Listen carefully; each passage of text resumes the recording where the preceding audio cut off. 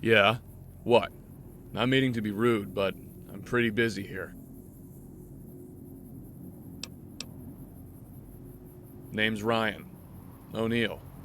I'm with the Westside militia, if the fact that I'm defending their perimeter wasn't clear enough about that.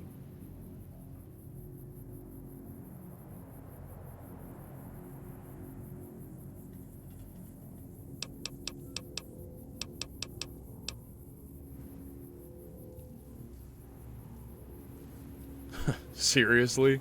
You completed both of my contracts? Pretty fucking crazy luck, I have to say. Well, whatever. Anyone who makes a habit of using the old road owes you a debt of gratitude. That Norton bastard was making all the smaller outfits skittish to go past Prim. Nut job. And those inbred freaks went out of their way to murder people traveling north of us. Can't say I'll miss them.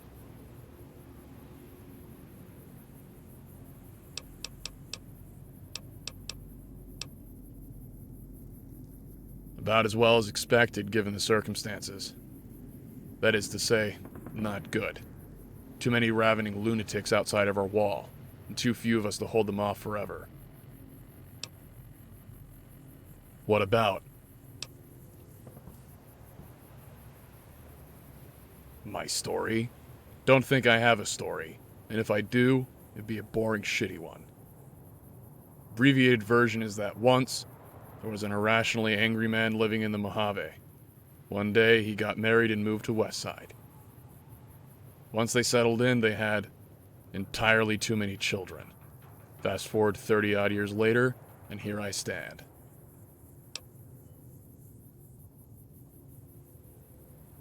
Yeah, a ludicrous number of them. Some of us even live to adulthood. Imagine that. Most of them are off the reservation. I know my oldest sister is living in the NCR as a teacher or something. My very slightly older brother Jerry is still in Westside, probably passed out in some alleyway, a puddle of his own making. And I'm pretty sure my baby brother Danny is somewhere in the Mojave, chasing his dream of being a dumb shit outlaw thug. We're all very proud of him.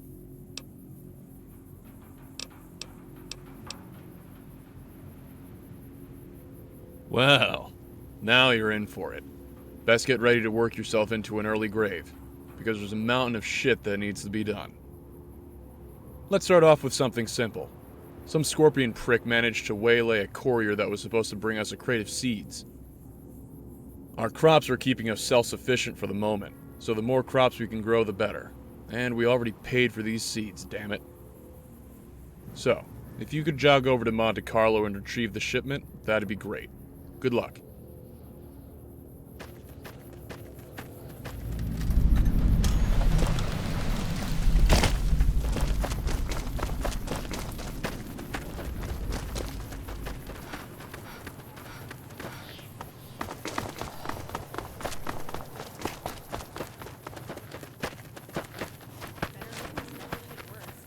Like a bunch of jackasses if anyone sees what we're doing.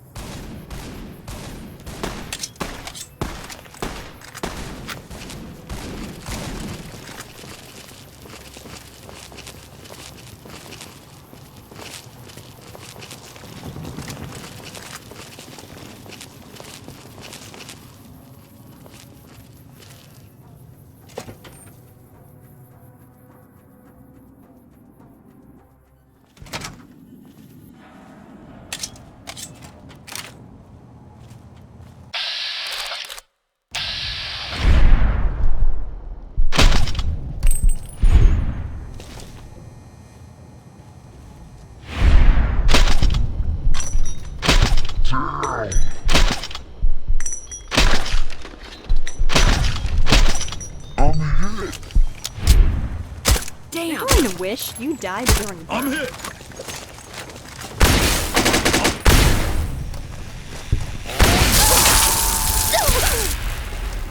No one will even remember your name.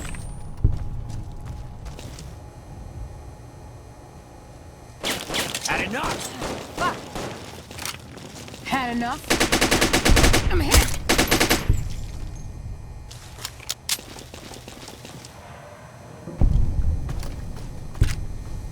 Yo, I just black out.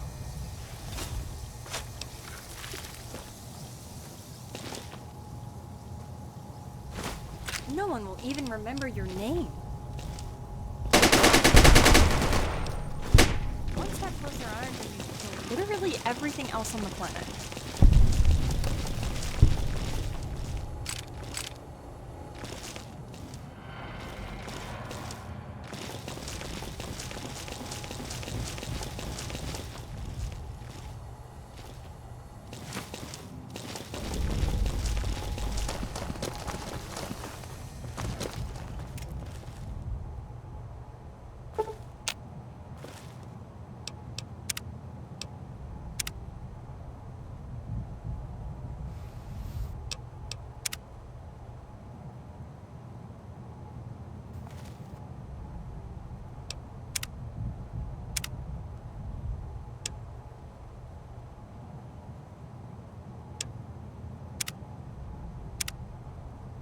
How have bloatflies managed to survive as a species?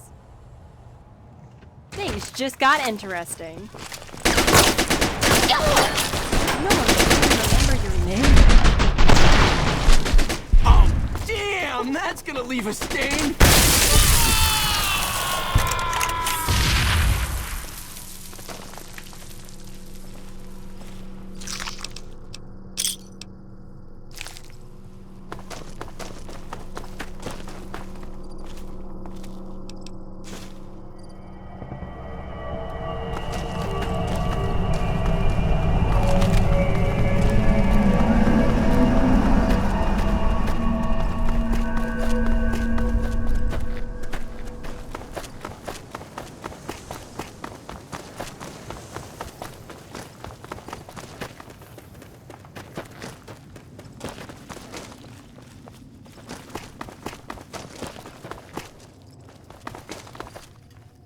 Yep.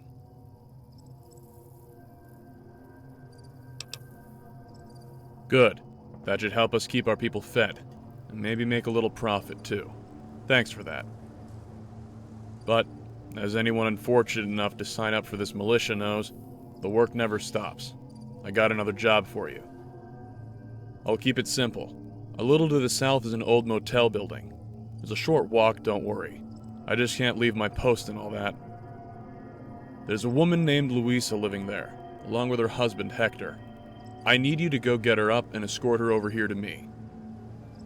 See, Hector is a piece of shit. He likes drugs and liquor, and beating the shit out of his wife. Hence, why I need her escorted.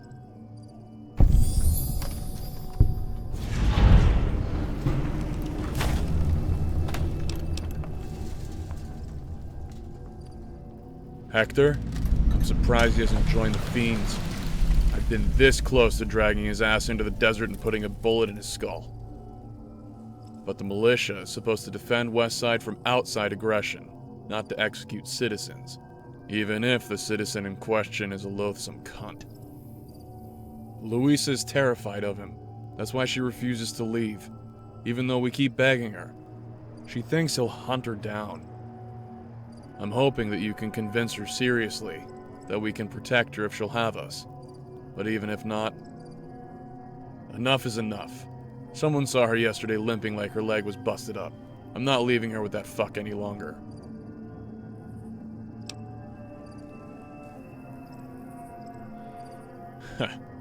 Yes. Yes, I do want you to kill him. But something that's been made abundantly clear to me over the years is that what I want doesn't matter. So resist the urge to paste him. He's a fucking coward. If he tries to get in your way, stick a gun in his mouth and he'll back down. If he doesn't, and you need to self-defense him, well, nothing of value will be lost. But if that happens, it'd traumatize Louisa. So, as much as it pains me to say it, try not to kill the prick. If it can be helped. Right. Off you go then.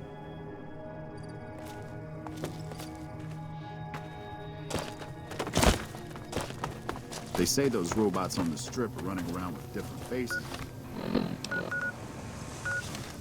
Don't ask.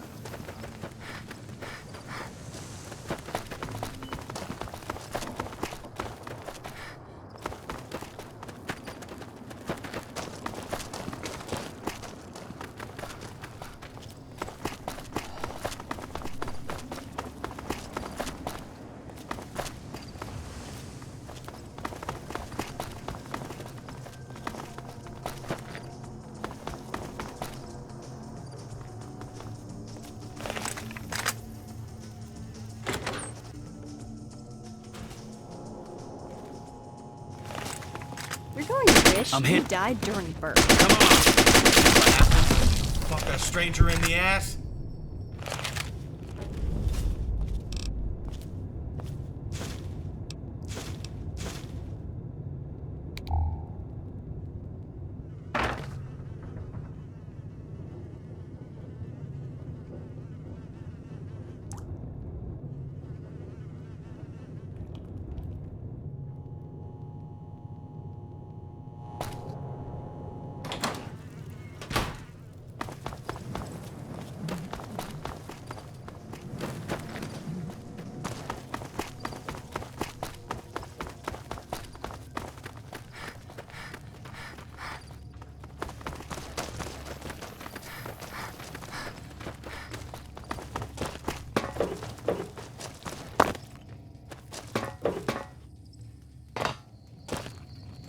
You're back.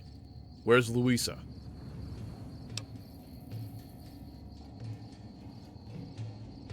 God fucking damn it. Fucking hell! You know what? There's a lesson here. Fuck the benefit of the doubt. I should have put a bullet in his head years ago. But I couldn't do that. No. I thought there had to be a line we couldn't cross. We couldn't be a vigilante execution squad, so I didn't kill him. You see what I have to deal with? I'm defending the citizens here, but I failed to defend half of them, and I want to personally execute the rest.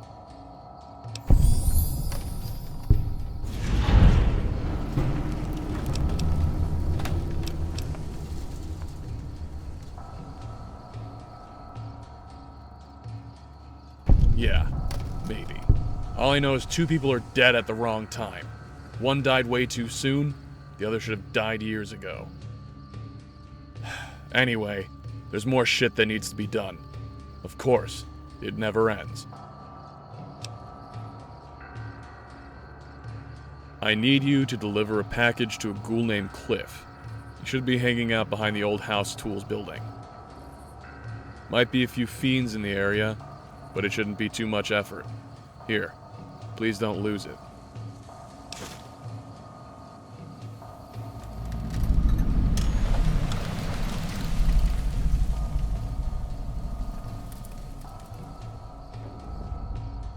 Payment.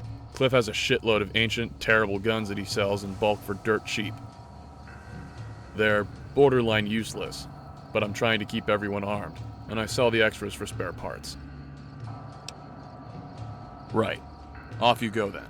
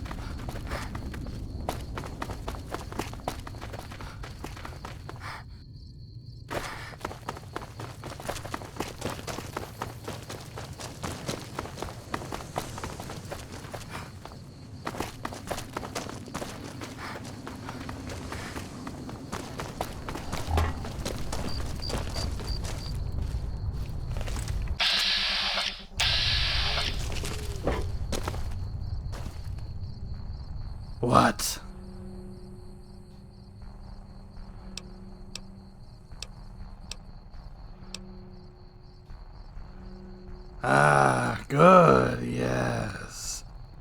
Tell him I'll send a full crate over by the end of the week. Good doing business.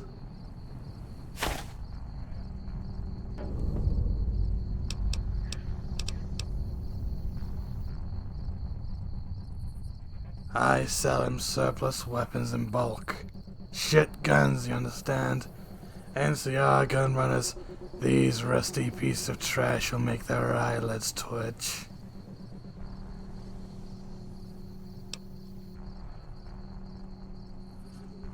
Sources, I found them all years ago. Eventually I'll run out, and then I'll move somewhere that isn't inclined to kill me.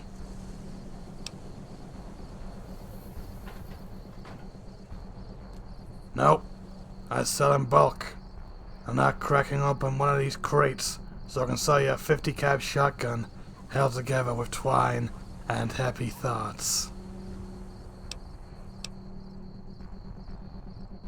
Nothing. 'Cause I don't have nothing to do. Don't want to get murdered by fiends, so wear a stupid hat that makes them think we're buddies. Fiends are dumb like that. Probably on account of all the drugs. Adios. Keep an eye out for fiends, and they're lurking around this area.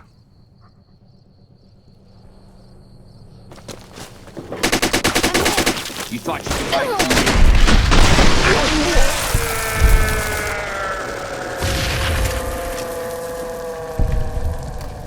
me? No one will even remember your name.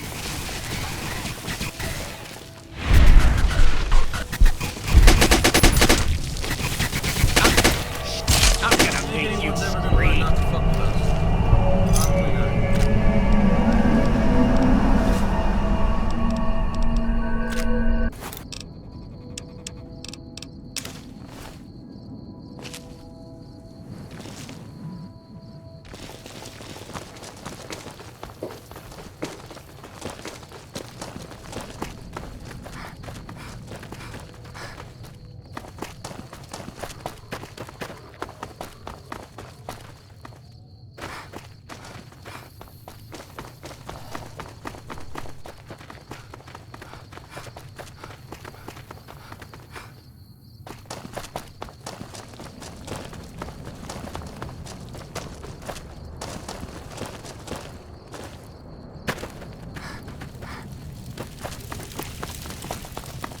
That Mr. House who lorded over the strip is dead.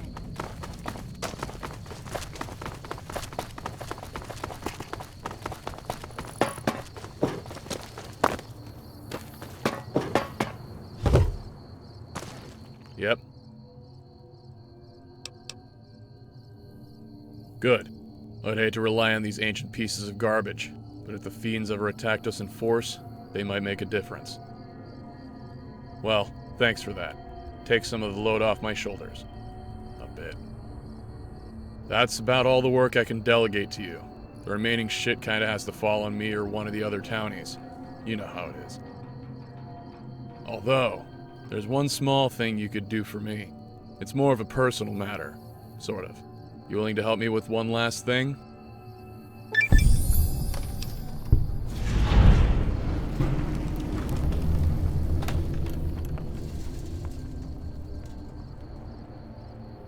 Great. So, when I say this is a personal matter, I mean it's a family thing. I'd like you to check in with my niece. She's my brother Jerry's daughter. Jerry. He's not doing well. His son was killed a while back and his wife left him for another man. The bitch wasn't interested in caring for her remaining child, so she left the kid with Jerry. And Jerry, he hit the bottle. Hard. A lot of us felt he wasn't fit to take care of his kid in this state. Rather than try to shape up, he sent her to some religious institution. Maybe my drunk-ass brother doesn't care much for family. But I do, damn it. I need to check in on Jessie. See if she's alright. As for this religious center, I don't know where it is. You'll have to speak with Jerry. He should be somewhere in town, shit-faced and angry. If I tried talking to him, he'd spit on my shoes. We don't really get along much these days. Thanks again.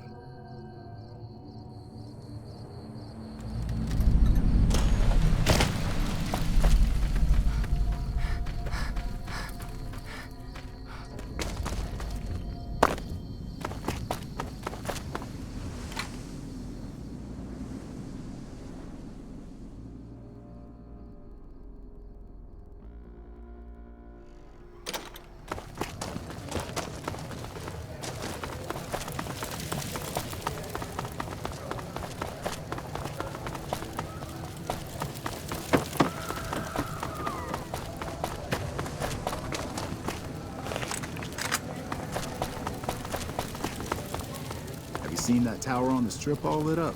You can see it. Hey, sweetheart, looking for love? I was banging a hooker once and I blacked out and pissed myself. Sit on my lap and I'll tell you about it.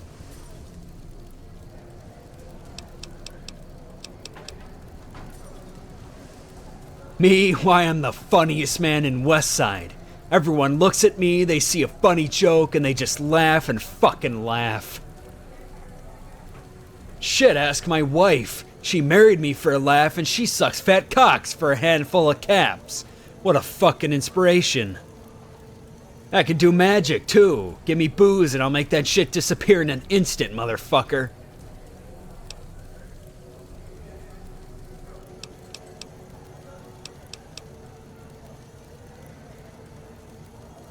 Did I fuck up my leg? Why would I do something like that? Insurance fraud?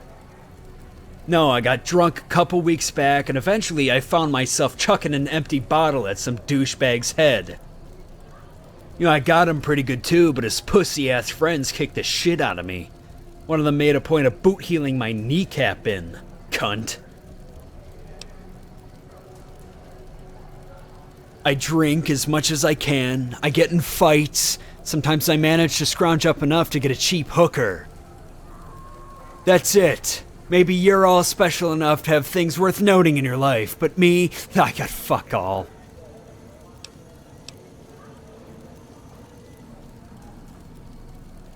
Oh, you talked to Ryan, did you? Why don't you go back to him, okay, and tell him to stay the fuck out of my fucking business. I need my fucking baby brother looking after my shit. Fuck Ryan and fuck you too, fucker. He fucking told me I wasn't being a good dad, couldn't take care of Jesse like that was fucking news. Motherfucker, I watched my first kid get shot to shit by fiend cocksuckers, and Ryan thinks I'm not aware that I'm a shit parent? I told him, I said, motherfucker, if you care so goddamn much about her, you fucking take her. Oh no, can't do that, he doesn't have room. Whatever. And her filthy, lying cunt of a mother, she won't do shit. She's too busy getting fucked by fat, rich NCR bitches. Can't be bothered to help her kid. Last time I saw Jess was that church building outside that Aerotech refugee park. You know, let God take care of her since I'm too fucking inept. So, the fuck you waiting for? Go look after my fucking daughter on the behalf of my sanctimonious shithead baby brother.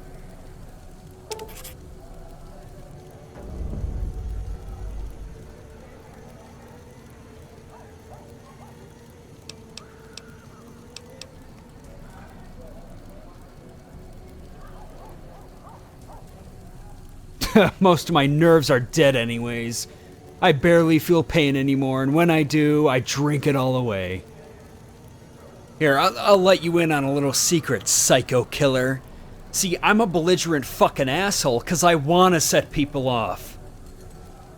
I'm too much of a pussy to jump off a roof, so if some thin-skinned little bitch takes offense at me and shoots me in the face, thank God I win.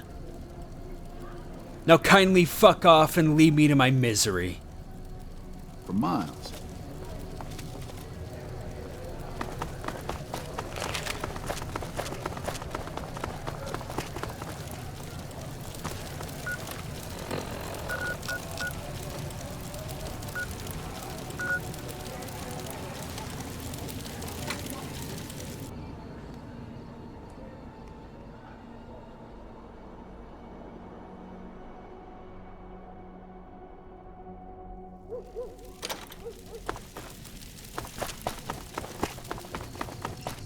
honcho of one of them strip families got killed.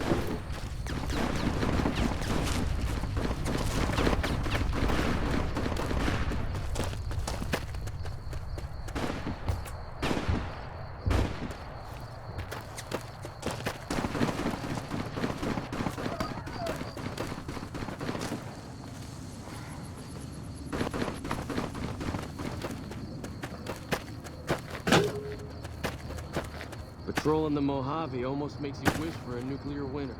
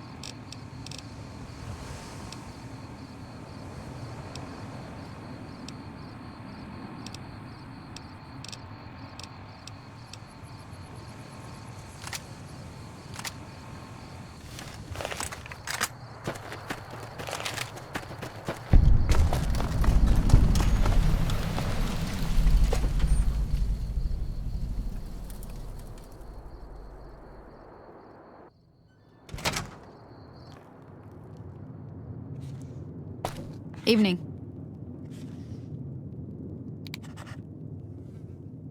Hello, and welcome to Path of Light Ministries. My name is Monica. What can I do for you today?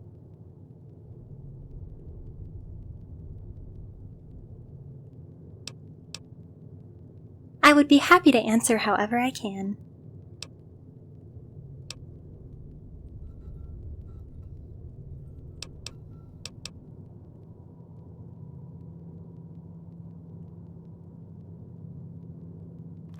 Trust me, you're not the first person to think that.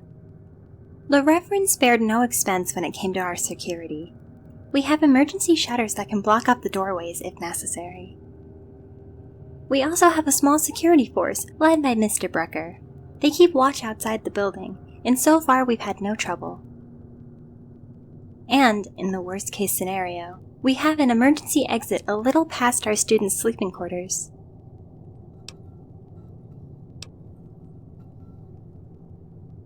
He's our security chief. He doesn't really talk much, but the Reverend pays him to keep us safe from raiders, and he's done a fine job so far.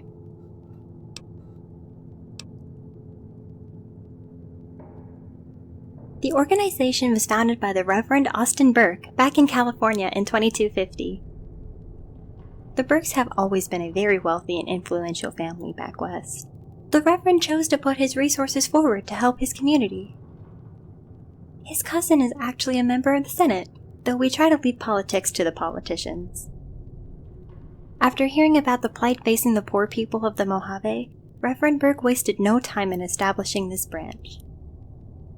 He has made it very clear that he will stay on as the administrator for this region until it is fully integrated into the NCR.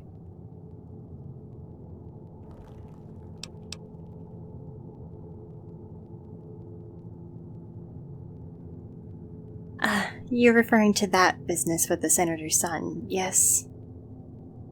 That was very unfortunate. However, that had nothing to do with our ministries, or really any part of the Burk family, beyond Adam himself. It's not really fair to the Reverend, and his history of philanthropy should speak for itself. Was there anything else?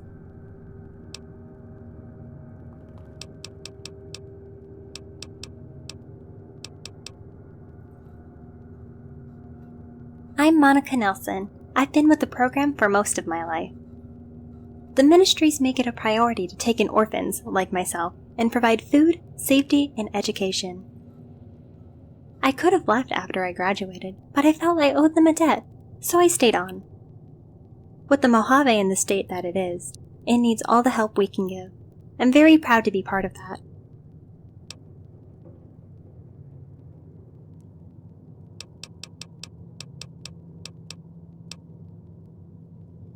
Well, what you're looking at right now is only the New Vegas branch of our organization. It was only established in '78, you see. Our organization was founded to assist orphans and refugees with nowhere else to go, to assist and empower communities in both body and spirit. We do a lot of outreach to poorer areas, where people may not have access to all the amenities of Shady Sands. While we do coordinate some charitable efforts alongside the followers of the apocalypse, we make an effort to go on our own path. The followers do good work, but they tend to focus on science and medicine. We think it is vital to provide evangelical alternatives when possible.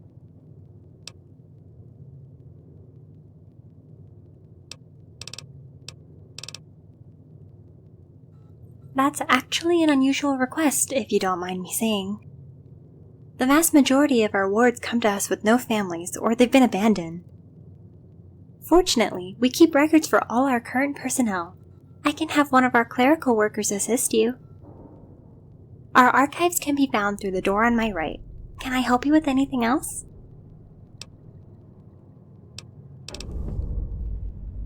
Have a nice day.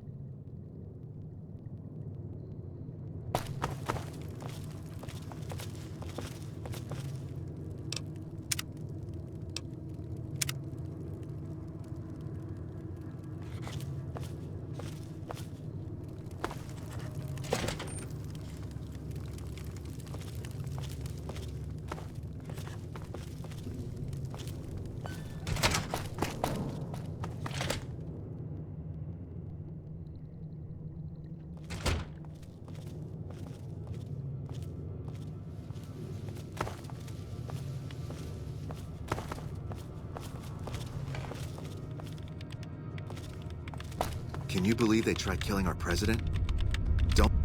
Yes, can I help you with something?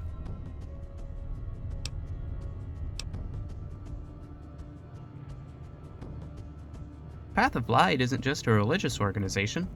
We teach our people English, history, medicine, mathematics, and other fundamentals. With the proper time and funding, we hope to become a viable alternative to the more secular educations provided by the followers or the OSI.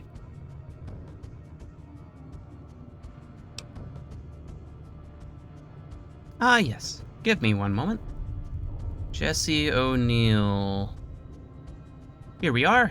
Jesse O'Neill, 11 years old, originally from Westside, enrolled in our ministry program 5 months ago.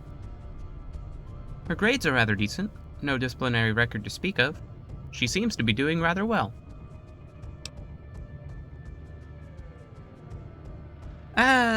No. Firstly, in order for a non-family individual, such as yourself, to meet with one of our students, we would need a written consent form. More to the point, she isn't actually here at the moment. She is currently attending a trip to Shady Sands with 9 other students. The trip is being supervised by Deacon Paulson. They are expected to return in... let me see... 6 months' time. Before you ask, I am not at liberty to tell you where exactly you could find them. You'll just have to wait for them to return.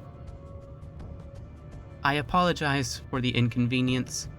Have a pleasant day. Don't they know who they're dealing with?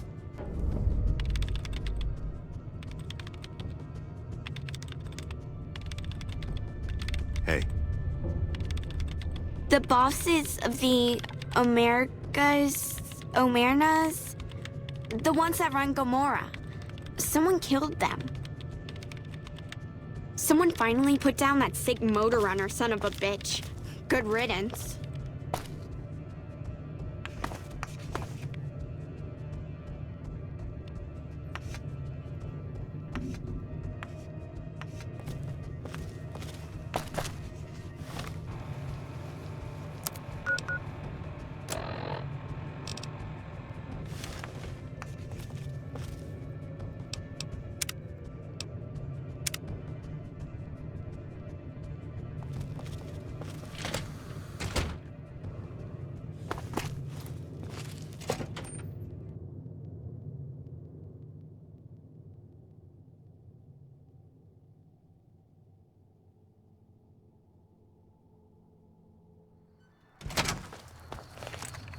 Delivery.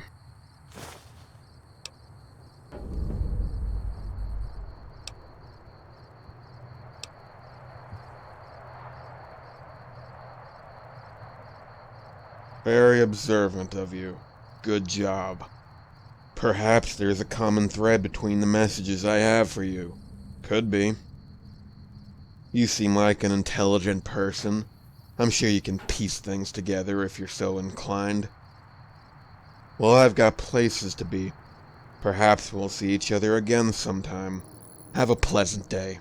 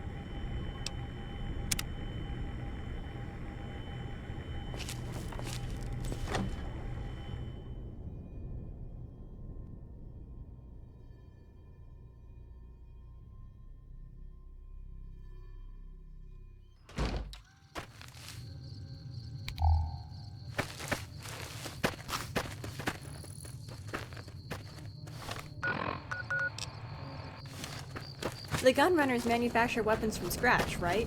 What the fuck is up with their over-under shotguns? Some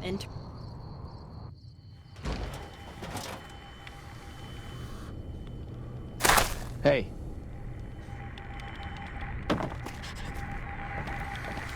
Oh good, you showed up.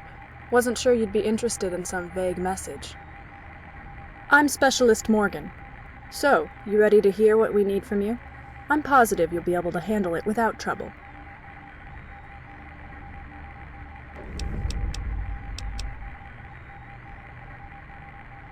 Huh.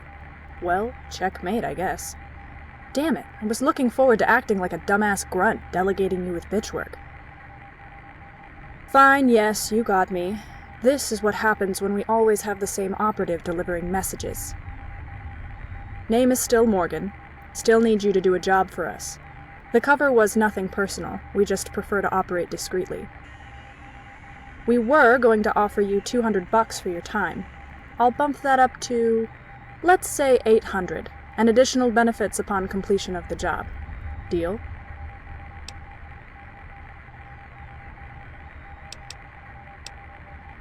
Just gotta make a little run to a farm shack, maybe half hour away, tops. Pick up something, bring it on back. Easy. Not allowed to give out more details unless you accept the job, so I'm sure you're dying of curiosity.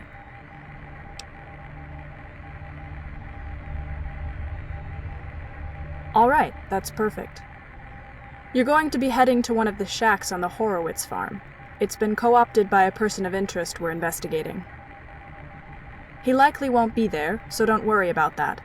Instead, worry about finding a gray metal briefcase. We know it's stashed in there somewhere. Get that briefcase, don't let it get shot or burned or anything silly like that, and bring it back to me. Job simple, and then you get paid. Good luck and all that.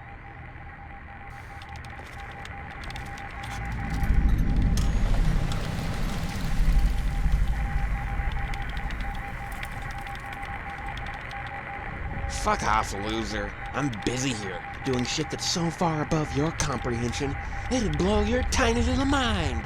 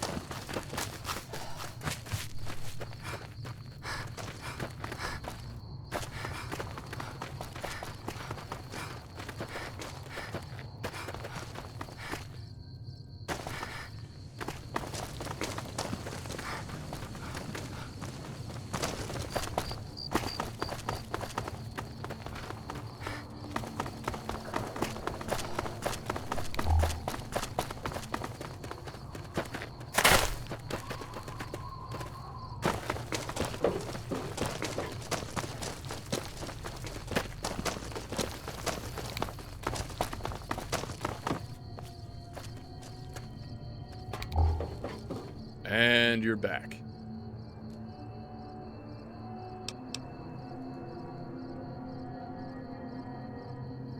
Great. That's great. She's being indoctrinated into an NCR saluting little drone. I can take some solace in the fact she's safe, I guess. Still, it'd be nice to know for sure, instead of hearing about things secondhand. Who told you she was in California? Some paper pusher? Fuck it, go over his head. If you're still interested in helping me with this family bullshit, maybe you could talk to the guy in charge? See if you can chat with the guy running that church. See if he can offer any clarity, I guess. Hell, I don't know. Oh yeah, one other thing came up while you were gone. Before you got all wrapped up in the perpetual O'Neill family bullshit, you were helping me with peacekeeping shit, so... A friend of mine from out of town is having some raider trouble. I volunteered your name. Sorry, I guess. I don't know if you care. Anyway, if you want to help out, the place is called Humboldt Ranch. It's sorta near Bitter Springs. Tell them I sent you. Thanks. I appreciate it.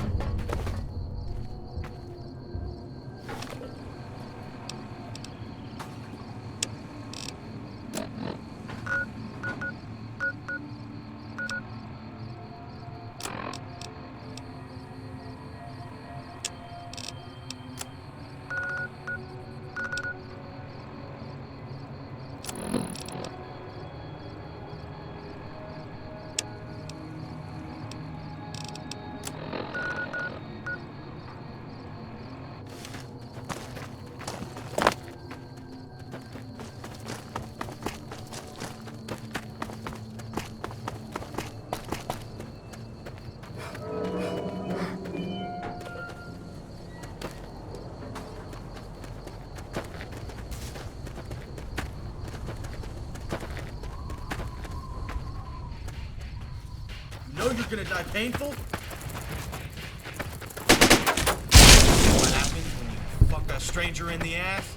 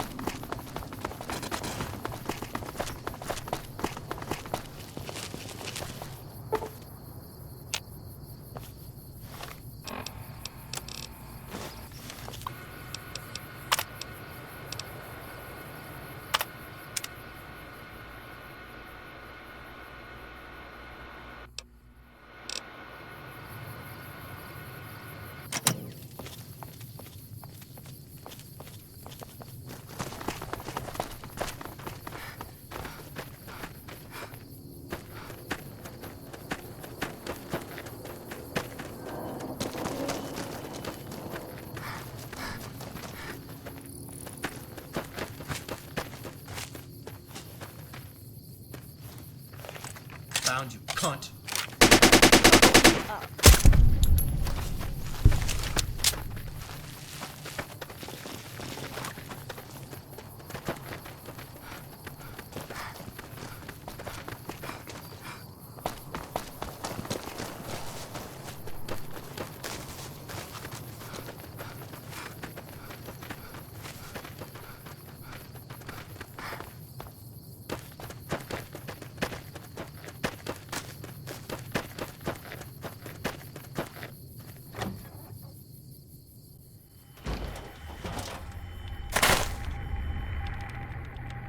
Morning. Got the briefcase? Good. Great, even. But the job isn't over. No, your next task... Your next task is to go to the room right next to mine and hand this briefcase to the hacker prick sitting at a computer. His name is Alex, and I don't like talking to him.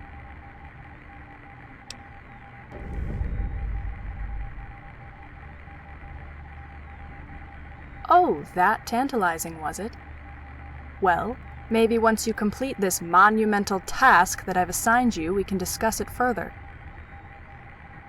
Go on now. There's a sweaty hacker that is desperately crying out for this briefcase.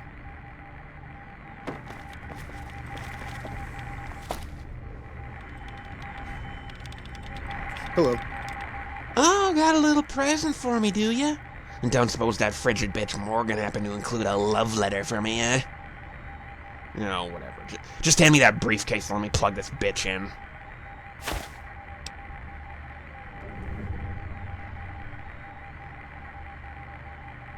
Well, that's what we're gonna fucking figure out because I'm a fucking god at this shit.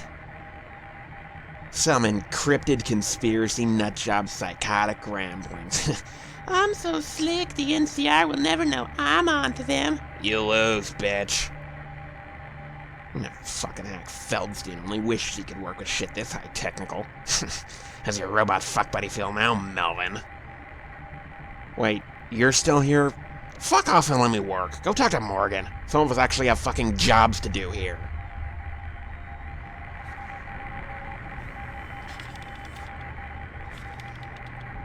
Good. Looking forward to getting that information decrypted. Sorry about making you speak with Alex. Unfortunately, he's picked up on the fact that he's good enough at his job that we can't quite fire him for being a twat. Whatever. Good news. You're getting paid now. Hooray.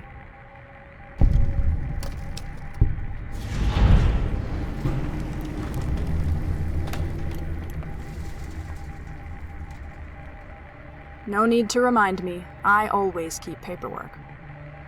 Now, that briefcase run was just a little, let's call it a quality assurance test. Want to make sure you're competent. I think I may have a related job here. Let me see if they've forwarded me the file.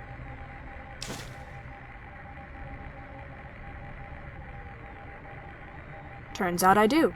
Good. Here's a dossier on this guy. You can read it or not.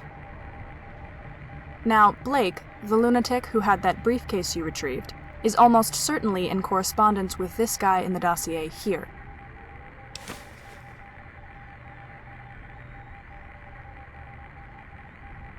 That's the name.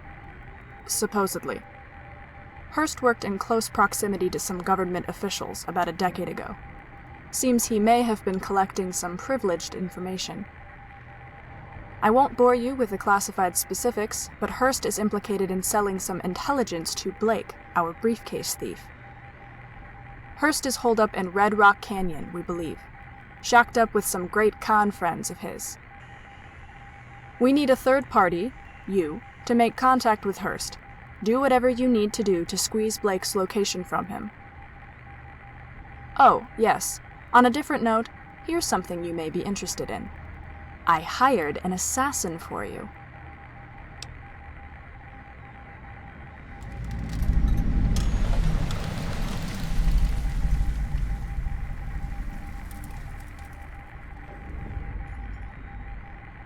Did I get you going? Yes, I've contracted an assassin, a rather skilled one, to back you up, if you deem it necessary. You're quite an asset to the office. It wouldn't do for you to fall prey to angry raiders or Legion retribution squads. This assassin said you could contact them in Freeside. It's near that water pump. I'll mark it on your map there. Alright, that's all I have for you. Let me know what sorts of valuable intelligence you can squeeze out of Hurst.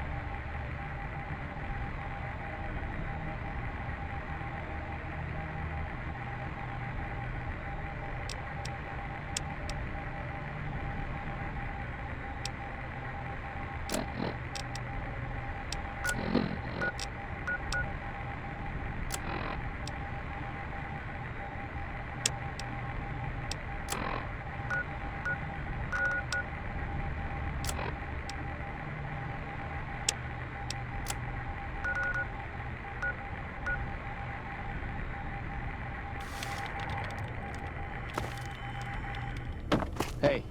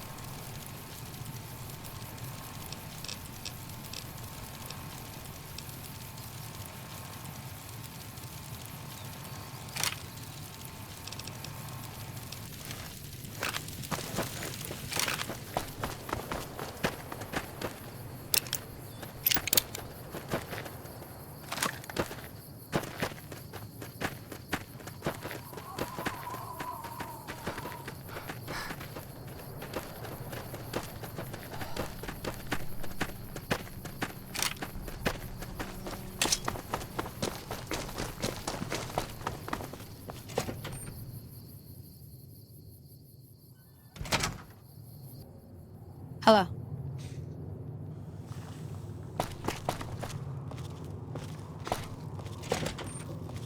Somehow, they've never scavenged a single fucking rock album. but they got 20 copies of Uncle Fuzzy's greatest innovative hits.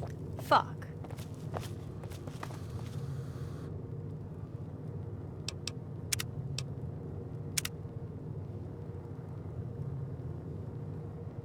What? I'm chief of security around here. Someone has to keep raiders out of here, and that's me. You'd think the Reverend would rely on God for protection. Instead, he asked me. That should tell you all you need to know.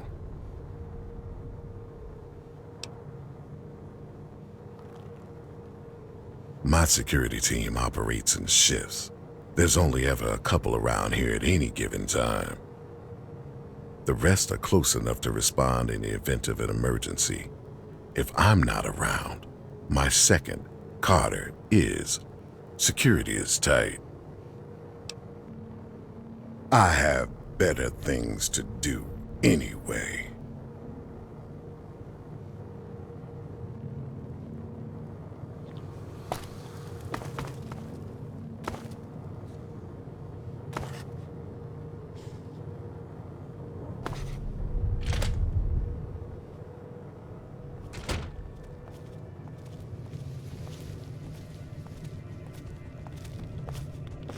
The NCR took back Nelson. Maybe they can win this war after all.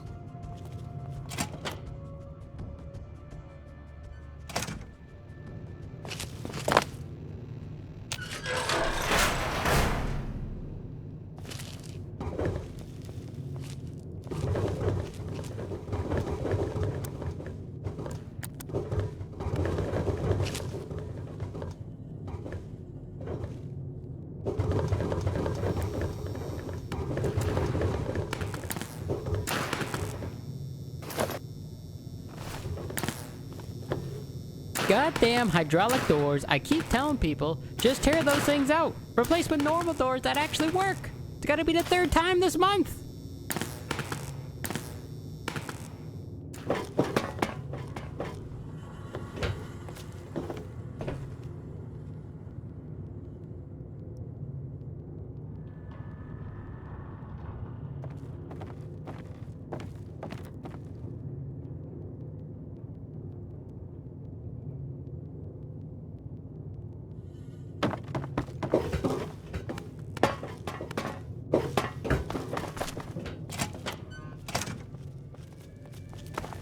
Things are getting stranger every day. Yes, can I help you with something? Have it.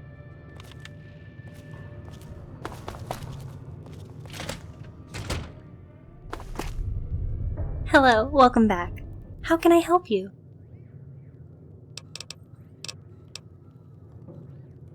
I'm sorry, I'm afraid he's quite busy at the moment. If you'd like to try again later, he may or may not be available.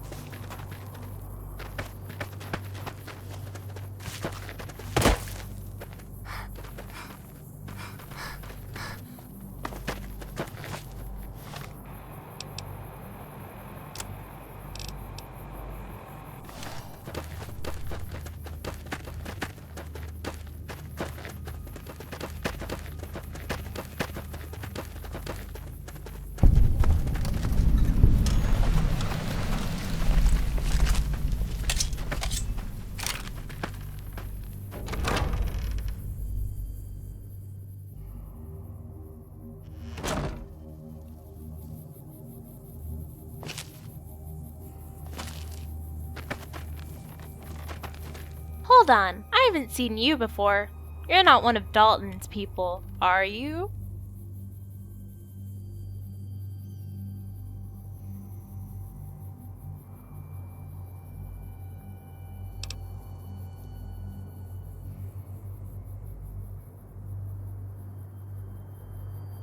Yeah, I didn't think you were one of Dalton's, really. You look like you know what soap is, for a start. O'Neill. He's the guy from Westside, I think. The one my sister drills over? Maybe you should go talk to her. I won't shoot you when you go through the gate. Promise.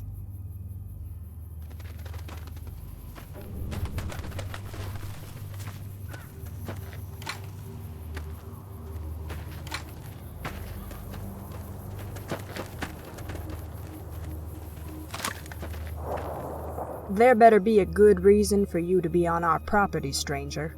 Why'd Maggie let you in?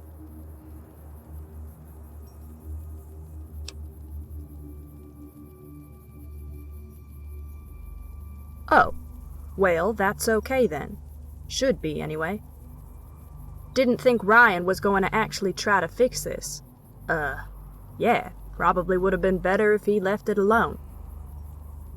Right, look, I appreciate the intent, but the raider trouble is the kind of trouble that gets worse the more you mess with it. Yeah, if you could just tell Ryan that, I'd appreciate it.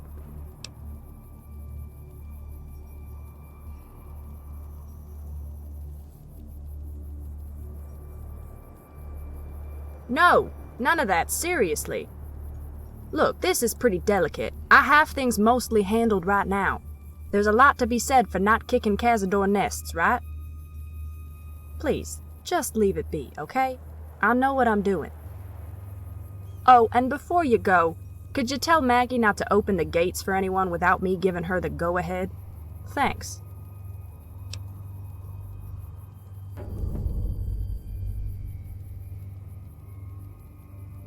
Up until last winter, I would sometimes take a caravan into the city to trade. I met Ryan when I was bringing some crops to Westside. A little while back, he actually sent a message asking if we were all right. I wrote back, and I guess he sent you after he got my letter. He's a good man, but he seems to have some fixation on solving all the world's problems. It'll burn him up, mark my words.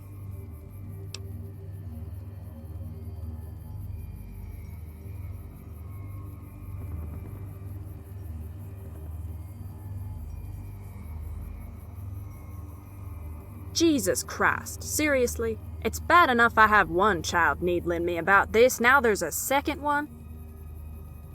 My dating life isn't any of her business, and she's family. I don't know what you think your excuse is, but I promise you I'm not amused.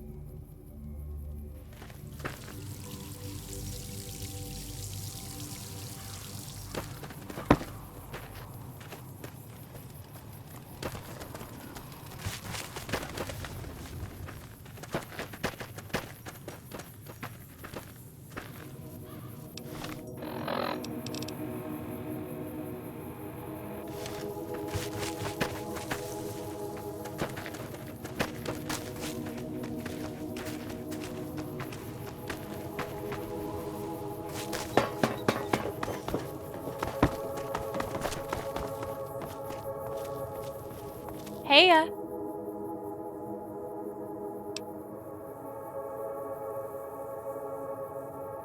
Well, I don't know why she thinks I'd suddenly follow her instructions if someone else delivers them to me. So, you going to take care of our raider problem for us?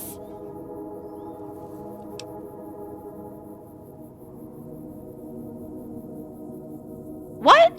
Why? That makes no sense. The raiders are the problem. How would killing them make the problem worse? They are robbing us.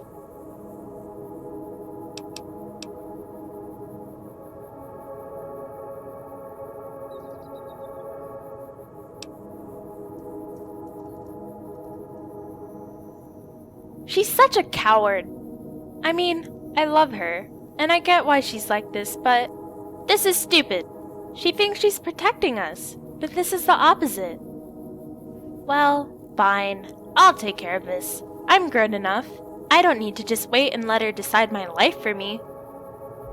She won't pay you to protect us? I will. If you can get to Dalton's hangout and kill him and his gang, I'll pay you everything I have. I promise.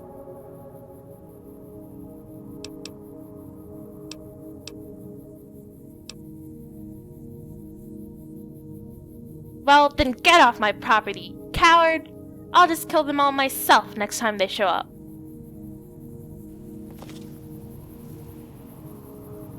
Heya!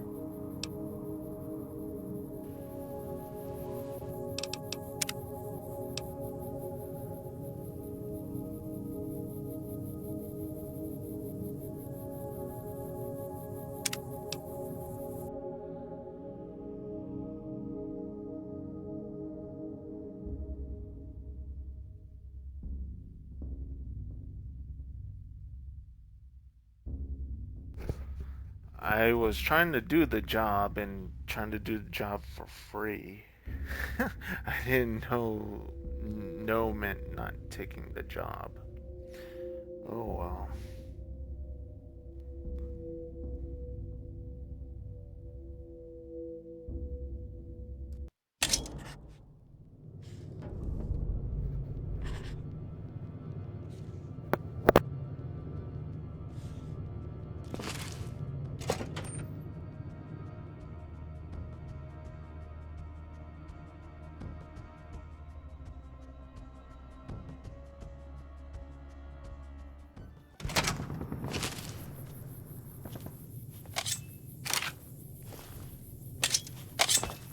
Things are getting stranger every day.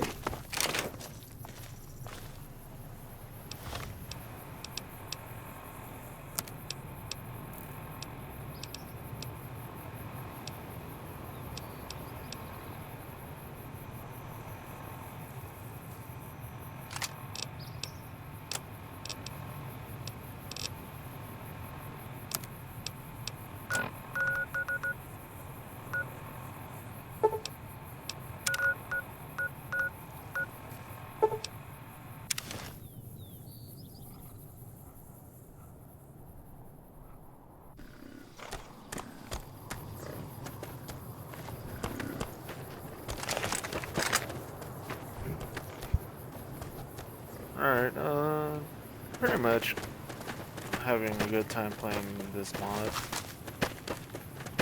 Voice acting is good.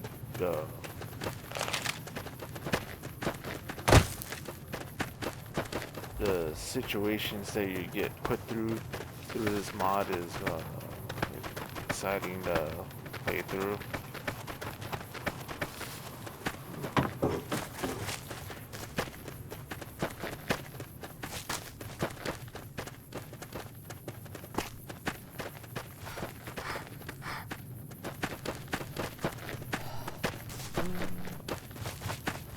Part of me wants me to not help them out, but part of me wants me to kill the raiders. Hopefully it doesn't backfire.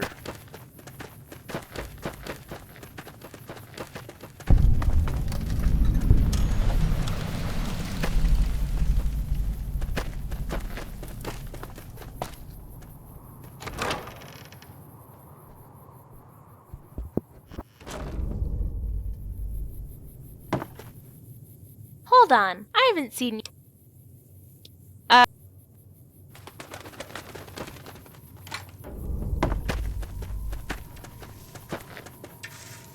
There better be a good reason for... Oh. Yeah, if you could just tell Ryan that, I'd appreciate it.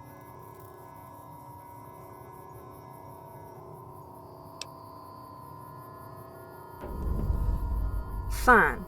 Short version, we're being extorted by a raider crew, led by some...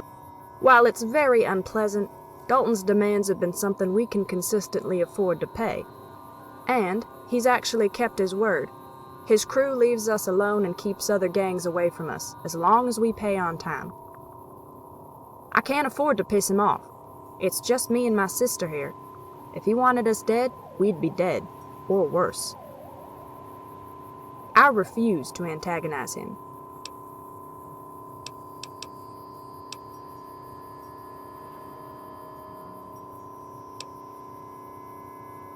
Dalton. Let's see. Last time he talked with me about getting a cut of my earnings, my family's earnings, how'd he say it? If you two bitches can't afford my protection, you could turn this place into a little bunny ranch. You two would be real popular with my boys. That give you some notion of what kind of guy he is?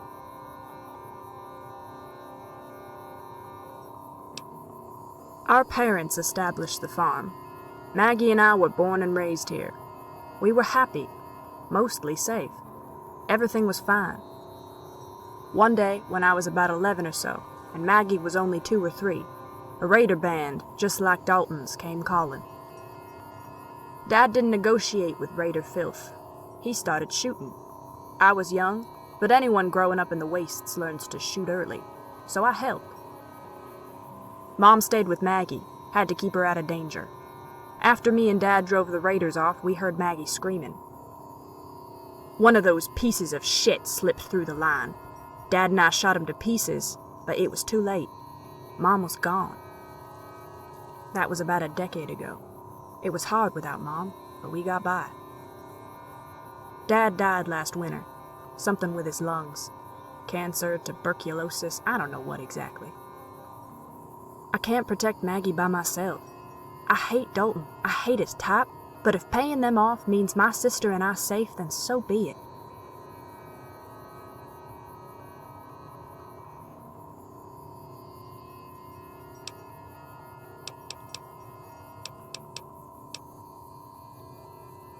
Because I can afford to pay Dalton's protection fees. He's kept his word. Between all the threats and disgusting taunts, he's been honest. This is my home. I was born here. My parents are buried here. I'm not going to turn tail and run at the first bit of adversity. I have to endure it.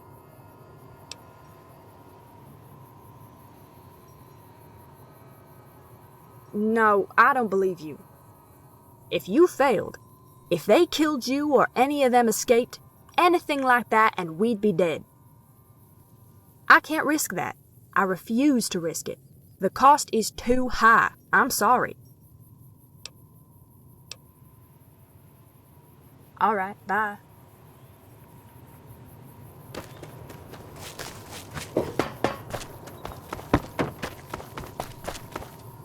Heya. Well, so...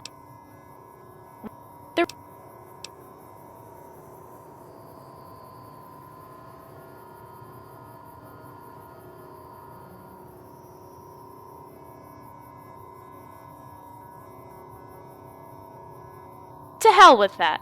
If someone else bothers us, you can kill them too. I don't care what her opinion is. She's only half our population. And the other half says that those raiders gotta go. And die, preferably. Look, I can pay you. Every cap I got, I'll pay you. If you can get rid of that gang. I promise, I'm good for it. I give my word.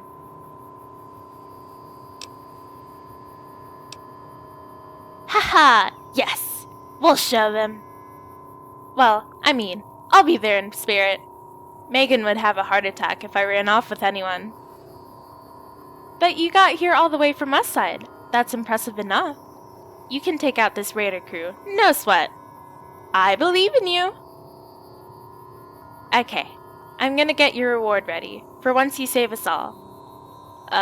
All 2 of us. Anything you need before you go?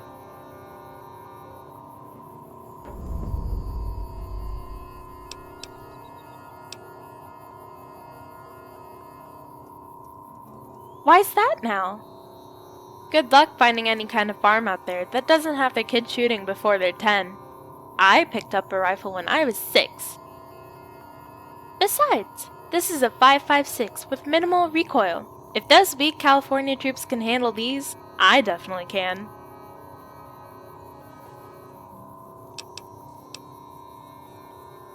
Well, I don't see any reason I should. They ain't helping us any. Besides, even if they were here, you know what they'd say? 'Cause I do. They'd say that they'd keep us safe from all the raider gangs and outlaws and crazy wildlife out there in exchange for a cut of our profits. Now, how's that any different from Dalton's crew? They dress better? Give me a break.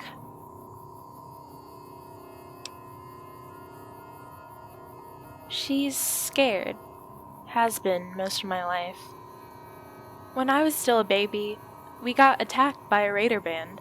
Megan and our dad fought him off, but Ma didn't make it. Megan's never got over it, even if she doesn't want to admit it. She got by while Dad was still around, but he died last winter. Now she's trying to do everything by herself, without actually doing anything. After what happened with Ma, I think Megan got scared of the raiders. She couldn't beat them then, so she thinks she'll never be able to. Maybe once Dalton's crew is gone, she'll realize that they're weak. Ain't nothing worth fearing. But I don't know. I just hope it helps. See ya!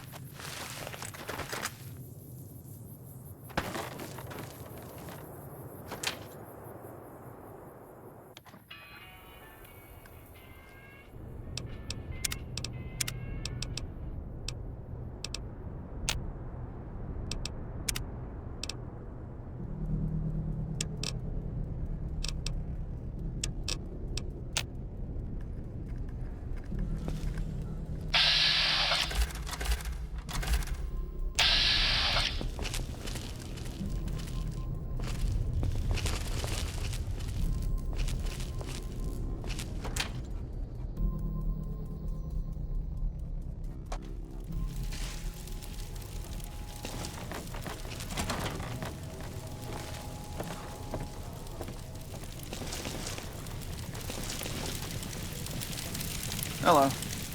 Ah, the fuck is this? You come looking for the biggest dick in the Mojave, sweetheart? Well, you're in luck. Come sit on Dalton's lap. Let him tell you all about it.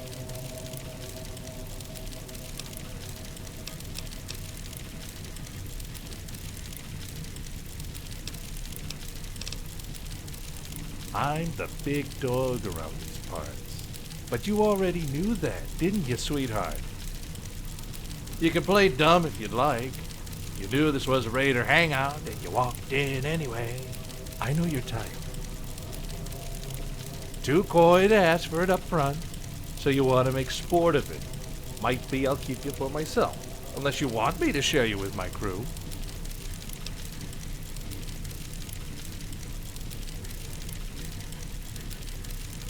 Gee, I wonder what such an innocent girl like you could want with a gang, You're in luck. All my boys here enjoy a good lay. Near as much as we like drinking, chems, and raking in the cabs.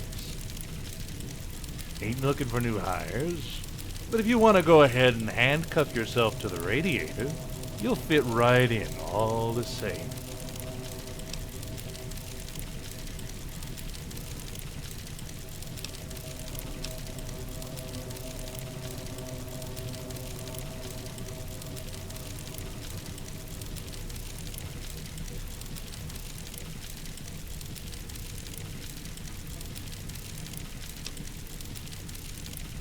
Well, gee, it may have something to do with the fact that you knew damn well what this place was, and you came inside anyway.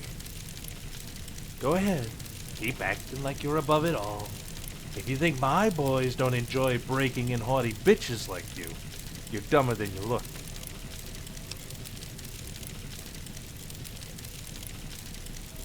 Oh, wow. Death claws. That's scary. I'm scared since you brought that up. Oh, jeez. Hey, retard. Death claws can't fit through the fucking doors.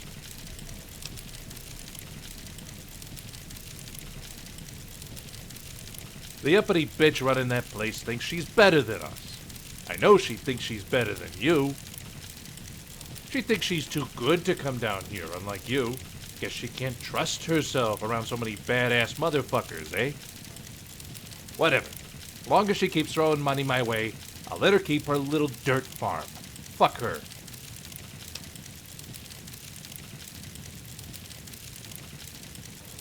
What the fuck? Are you out of your goddamn mind, you stupid fucking cunt? Do you have any fucking idea who I am? The things I'll fucking do to you for coming into my fucking house and disrespecting me. My ma told me it ain't right to fucking eviscerate women, so I'm gonna give you one chance, one fucking chance, to beg for mercy.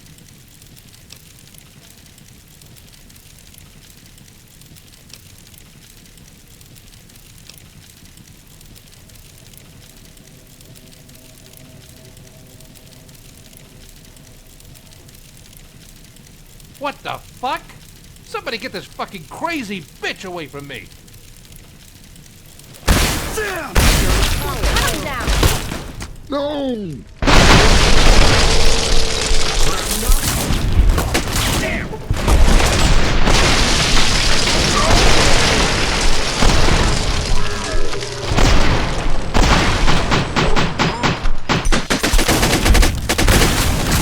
Save us some time and just kill you.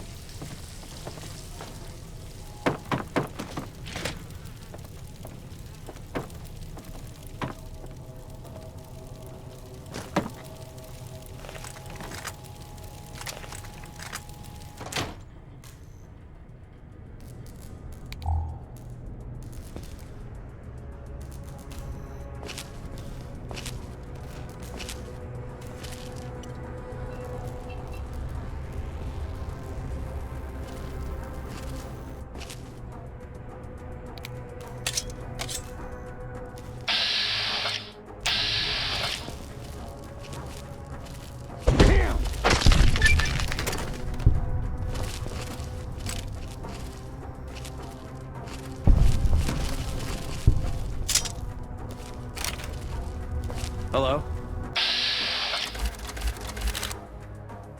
Hey.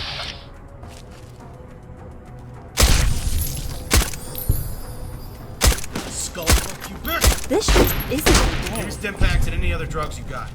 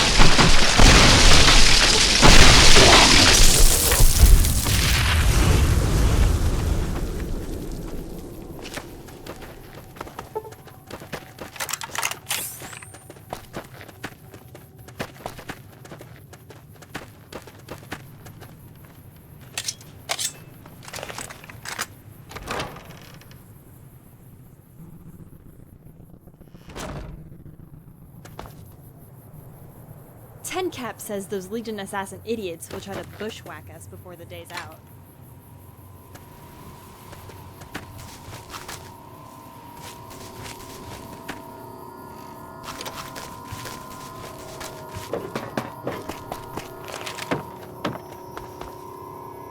Are you...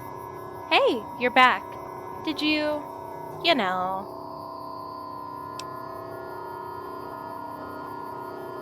Really? That's great! I knew you could kill them. Oh man, this is awesome. While you were out killing those assholes, I got all your money together. 1,083 caps. Like I said, it's yours.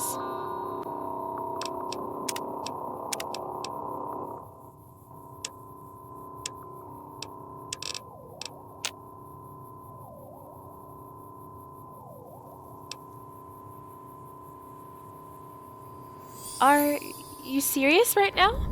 You don't want any of my money? 'Cause, you know, I have it right here. Oh, wow. Okay, thank you. I don't really know what to say. Well, you should probably tell my sister the good news. She'd probably get mad if I tell her. So, yeah. In the meantime, is it okay if I build a little shrine to you? It'll be really tasteful, promise. Thanks again, really.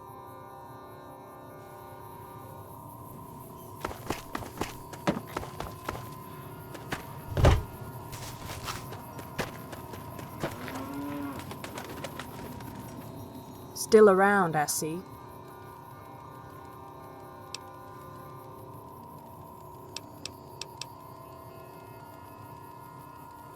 Not since those inbred moonshiners all got shut up. Moving caravans through their territory was pretty nerve-wracking, I have to say. You'd think us frontier ranchers would have some solidarity, but apparently that'd be asking too much. Whatever, they won't be missed.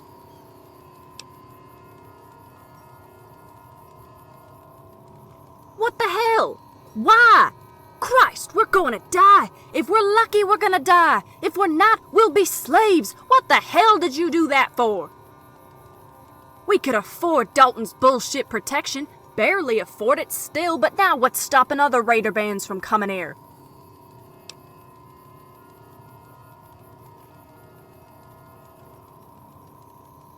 That could actually work. I bet caravan guards would work. Let me think. Couldn't poach any from Crimson Caravan, but... Wait, I got it. There was some caravan ambushes down near Boulder City recently. I bet you could find some out-of-work guards around there. Okay, I need you to find some guards. Tell them I'm offering room and board. I'm willing to negotiate about fees if they show up.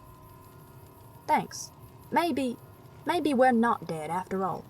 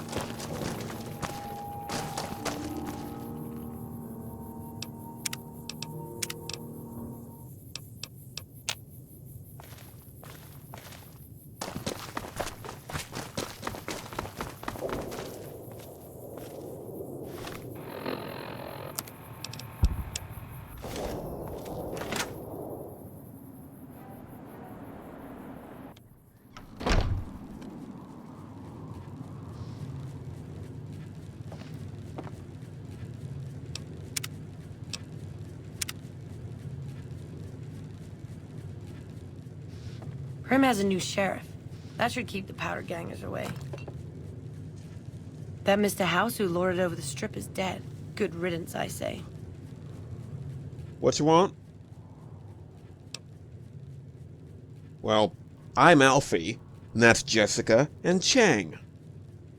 Don't suppose you're running a caravan? We heard about some ambushers hanging around these parts. Gonna need some elite guards, like us.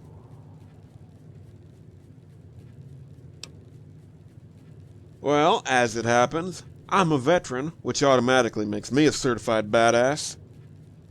Chang over there's been guarding caravans for the past 5 years, and Jessica has a big machine gun.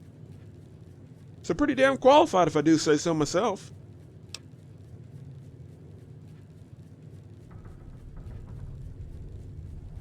Well, that ain't caravan guarding, but I don't see what that matters.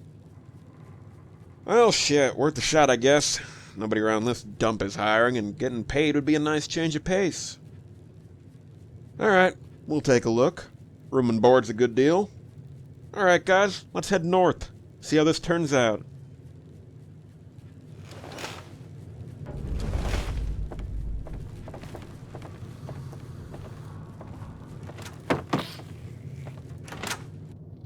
I'm glad the president.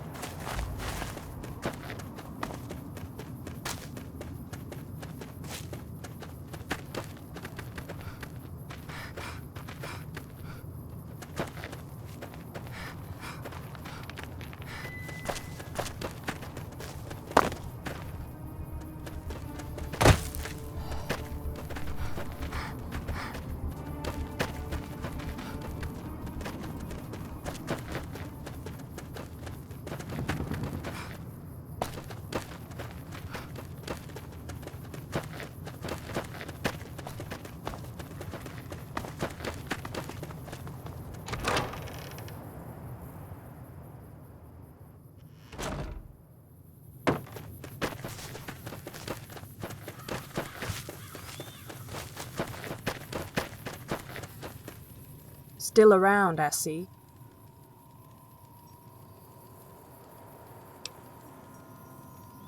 Thank God. Look, I've been really on edge ever since Dad died. It's been like every single thing around here was relying on me. I haven't been sleeping well, jumpy all the damn time. Maybe not always having to watch my back will help. We owe you a lot. If you ever need anything, don't hesitate to ask. Thanks. I mean it.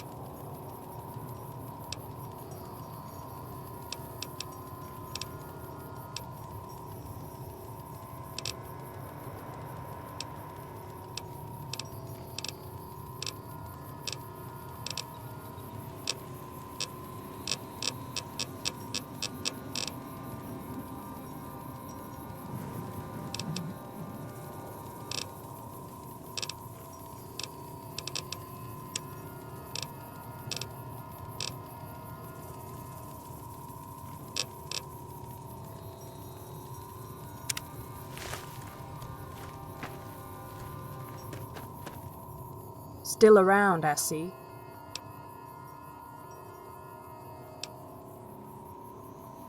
Pretty well, actually. That Alfie guy sleeps a lot, but he's working graveyard shift, so I don't mind. Used to be I could hardly sleep some nights. Too nervous, knowing we had no guards posted after dark. I think we may actually be okay. Thanks again.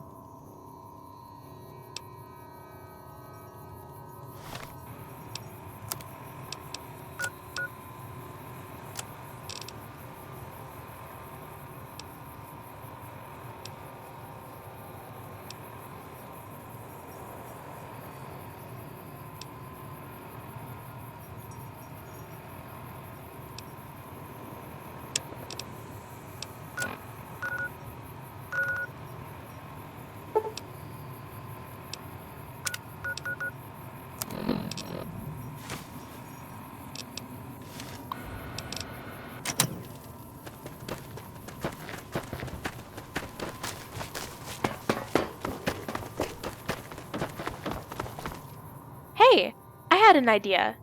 I don't want to worry about raiders anymore, so you should stick around here full time. So, you should marry my sister.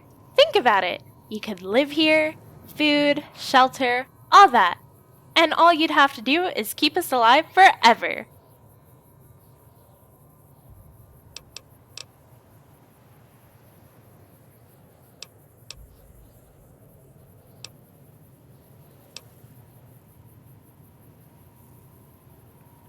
She doesn't need to like it. She just needs to go along with it, or I'll release her terrible secrets to the public.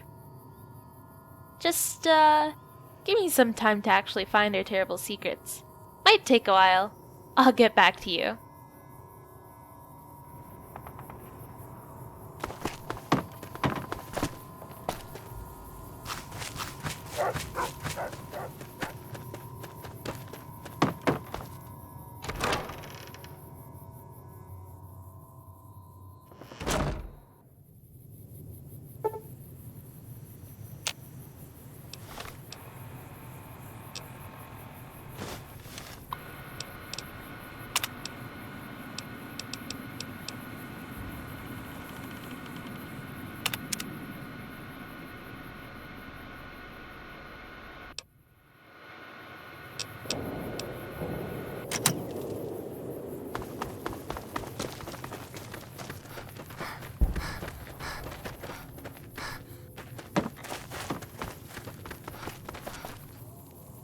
Hello.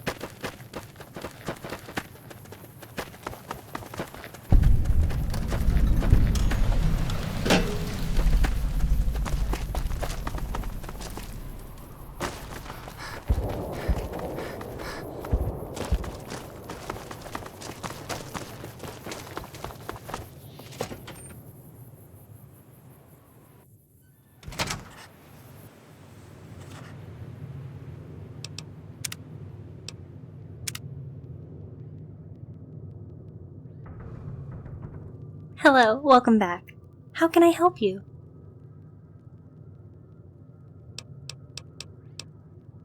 Have a nice day.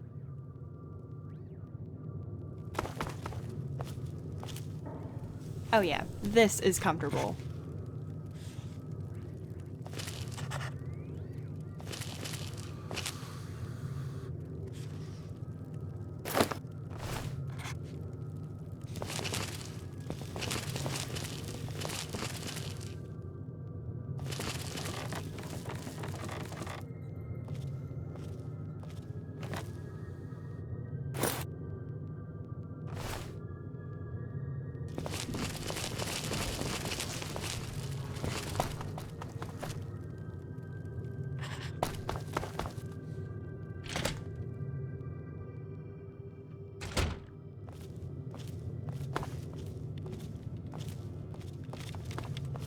War's almost upon us.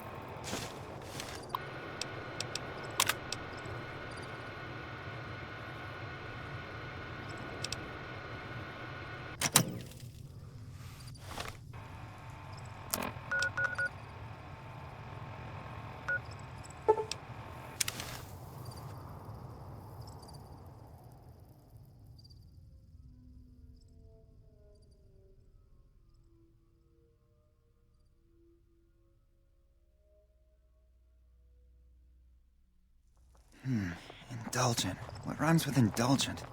Default. No, that's terrible. Maybe I should write.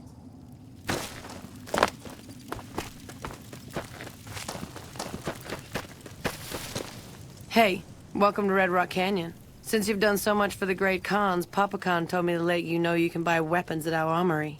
You can find it in the basement of the burned-out old building at the mouth of the canyon.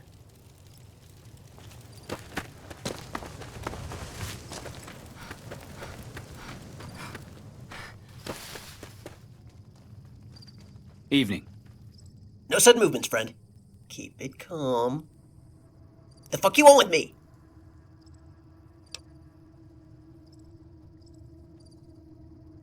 Yo, for fuck's sake. I'll tell you the same story I've told everyone else, okay? I don't fucking know who Blake is, and I don't give a fuck neither. Yeah, look, I stole some fucking documents. This Blake guy wanted to buy them. He operated through a courier, so I never met him. We made our wonderful exchange through a dead drop, so I never fucking met him. That's it. Now fuck off, NCR.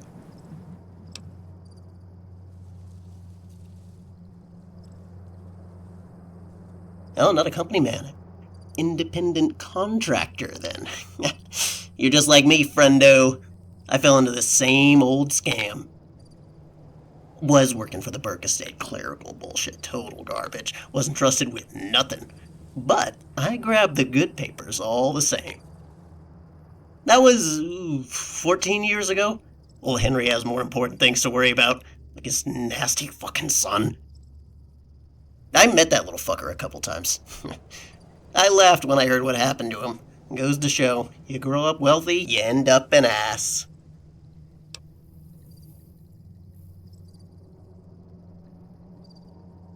That was you? Ha! Good fucking job! Did you hear the little bastard confess? Full confession. Guilty of all charges. No need for a big show trial. I just know his senator daddy was waiting in the wings with his corrupt legal team, ready to get the child rapist off scot-free. Nope. Adam spilled his guts to the whole world. I can imagine how purple the senator's face was when he saw his legacy carted off. And let me tell you, some rich boy senator's son never worked a day in his life, soft and weak as can be, locked up in serious prison. And that same soft little bitch is in there for fucking kids. I think little Adam is gonna be on the receiving end of his favorite hobby. Serves him fucking right if you ask me.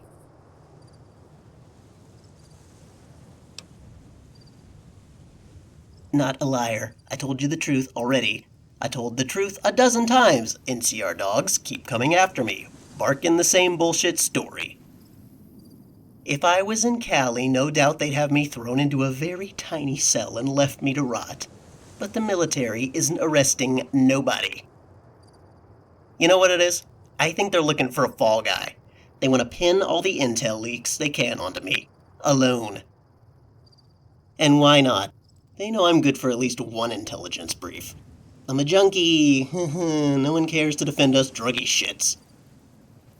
Listen, I know you're just some contractor. Nobody in the NCR would lay a finger on that Burk kid. No way. Not with the clout his daddy swings. Fuck Blake. I got some dirt on the dirtiest family in the whole fucking country, and I can promise you, they already want you dead, mailman.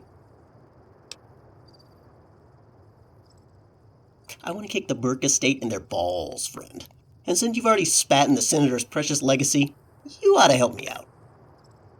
Mr. Big Senator won't ever forget what you did. He's a vindictive old cunt, and he'll hound your ass till you're dead and buried. And I'll tell you what. I can sweeten the pot for you. If you really care that fucking much about that Blake moron, I might be able to help. I told you the truth. I don't know where he is, and I've never met him. But I could probably bait him out. Whatever, he doesn't mean shit to me. We got a deal? You'd be fucking crazy to say no.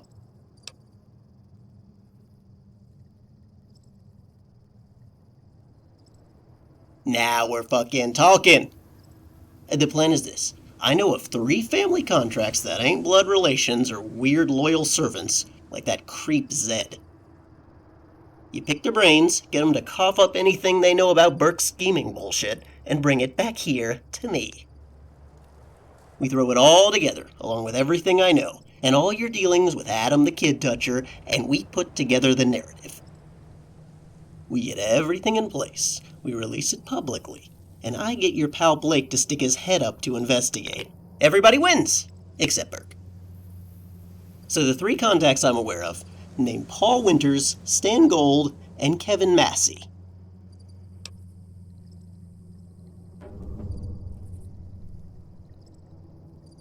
Massey worked on the Burks ranch back west. The Brahmin industry is what made the Burks rich, and they're still in business. Those Brahmin Baron types have always been ruthless. But anything that happens on the Burke estate is beyond me. Want to know more? Gonna have to talk with someone who was there. I know Massey got arrested a while back. But I also know that the prison got busted open, and all the ex-cons are wild and free. Our guy might just be with them.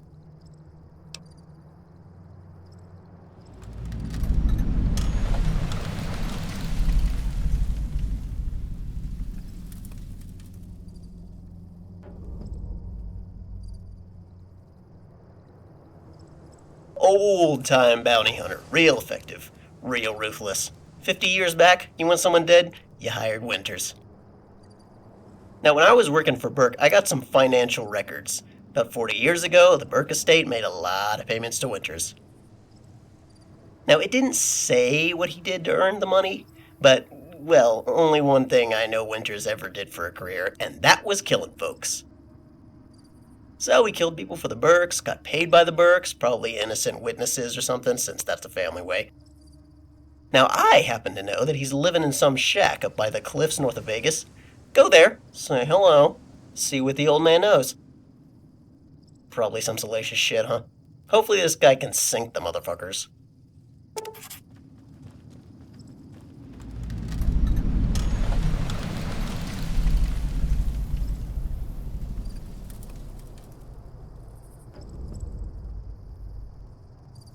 Yeah. What?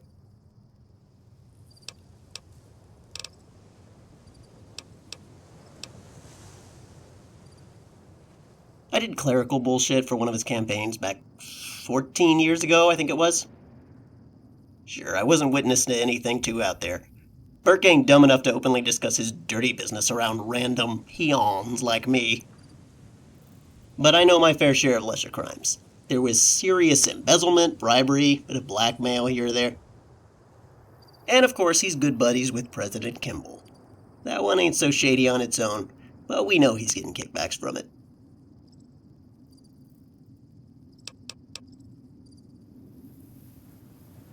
NCR keeps sending their people to interrogate me. If I was in Cali, they'd throw me in the cell and leave my ass to rot. As it is, I just get soldiers and freelancers, like you, hounding my ass. Enough's enough of that shit, I say.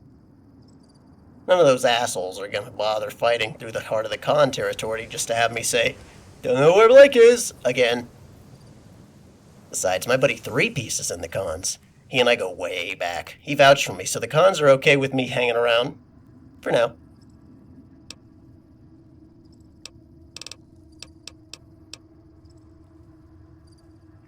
Man, I fucking hate rich assholes that think their bank accounts put them above basic fucking morality. That's Burk to a T. He has an important last name. He was born into wealth. He drinks fancy fucking wines while us regular people starve in the streets. And yeah, I sold some of his documents to interested parties, but that doesn't mean I got my hands in every data breach in the NCR. I'm getting fucking scapegoated, all because I enjoy a little chemical relaxation here and there, and I know he's the one pursuing the charges. Fuck him and fuck his big fancy family dynasty. You want to make a habit of spitting on the little guy, eventually he's gonna get fed up. That's me.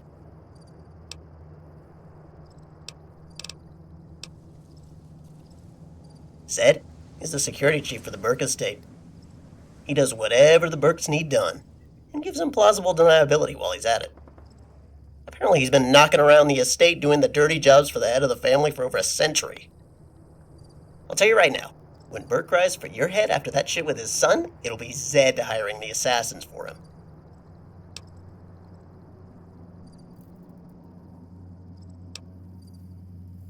Ghoul. Bigger and faster than most ghouls you meet, though. Most of them got pretty bad muscle atrophy. Not Zed, though. Guess he works out.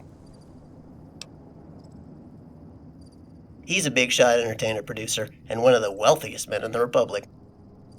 He gets serious kickbacks from the burgeoning music industry, and he owns some venues here and there. Got some fingers in theater business, too. But by far, the biggest source of his cash is porn. Anyone who whacks off to anything other than their imagination is probably financing him. Naturally, he's a big campaign donor, but I saw some of the Burk's financial records when I was working for him. Burk was making sporadic payments directly to Gold. Big money. This ain't a man purchasing some dirty holotapes, you know. There's something going on behind the scenes, and we're gonna blow it wide open. Word is he's in Vegas for a while, scouting some investment opportunities. Scope him out, see what he knows. This could be big. He's a dirty fuck.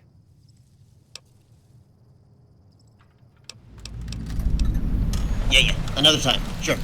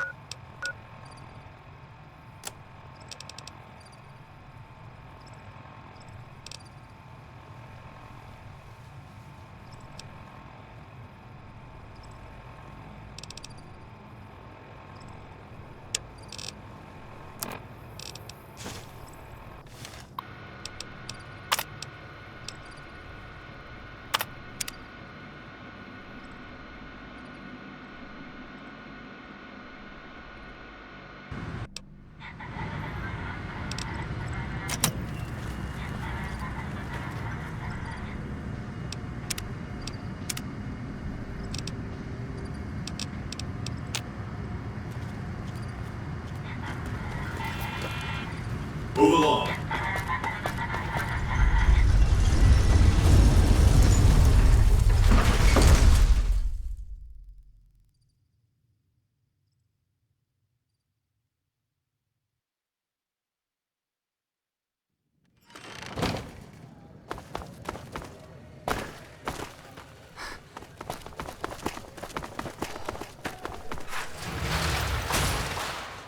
Sure, later.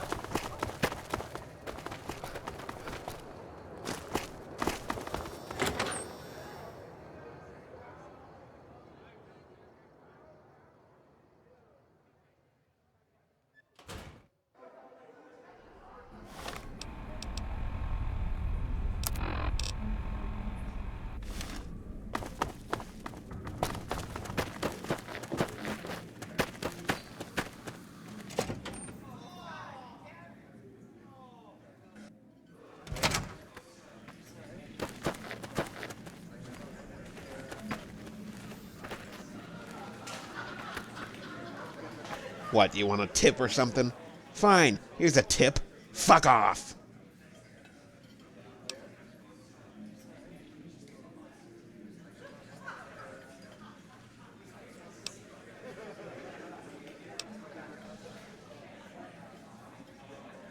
My problem? Gee, well, I guess it's that I have some random slack-jawed cunt drooling over me while I'm trying to eat and chat with my buddy.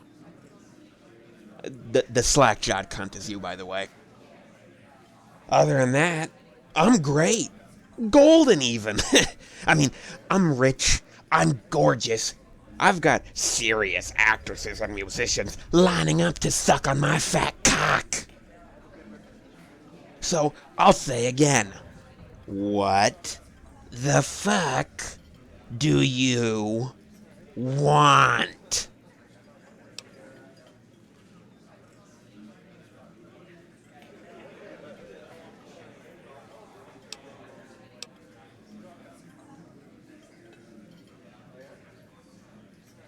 Aw, did I hurt the little baby's little feelings? Boo fucking who, poor baby. Fuck you. I'm so rich, they need to invent a new word just to describe how fucking loaded I am. And you know what that means? It means I can piss on little peasant bitches like you, with impunity.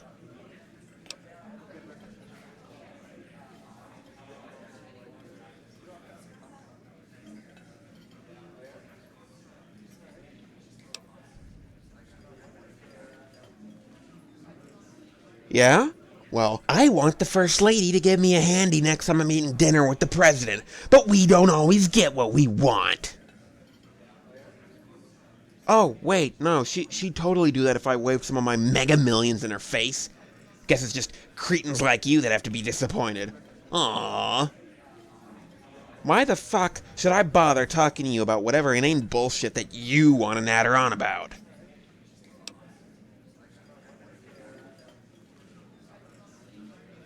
Fine, bitch tits. Fine. You want my attention, priceless as it is? I got a deal for you, sure. How about this deal?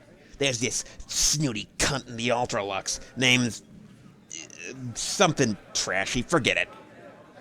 Anyway, she spat on my shoes, my fucking $2,000 shoes, because she got offended when I offered to pay her to blow me. Go find this skank, steal her panties, bring them back to me, and you'll have my attention. Briefly.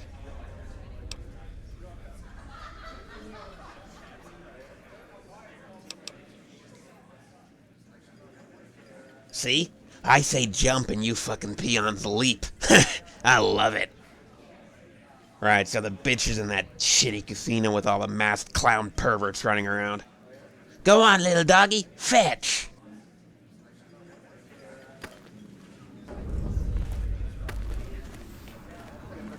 I think I'm going to have Stanny make me a model. Or maybe an actress. The gun runners Do you think I'd look manufacture good weapons on a from billboard? scratch, right? What the fuck is up with their over-under shotguns? Some intern making them in his garage?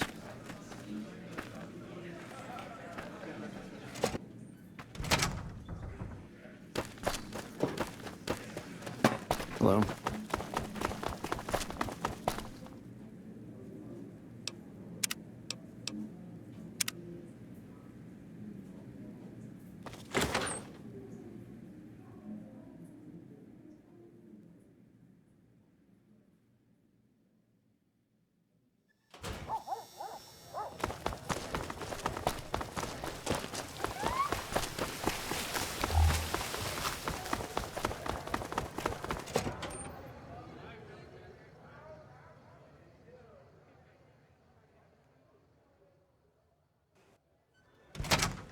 Beg your pardon, but could I trouble you?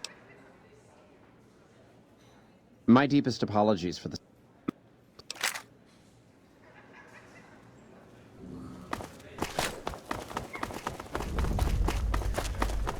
Greetings. Yeah. I guess fucking pervert clown society wouldn't fit on their business cards.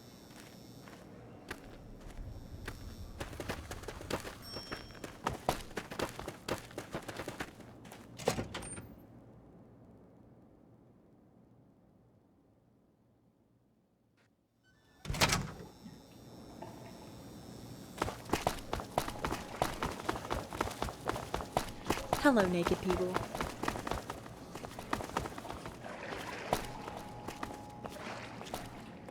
Bitter Springs. A name like that could have only brought bad luck. Have you been to the steam room yet? It's just off to the side there. You can feel your aches just melt away.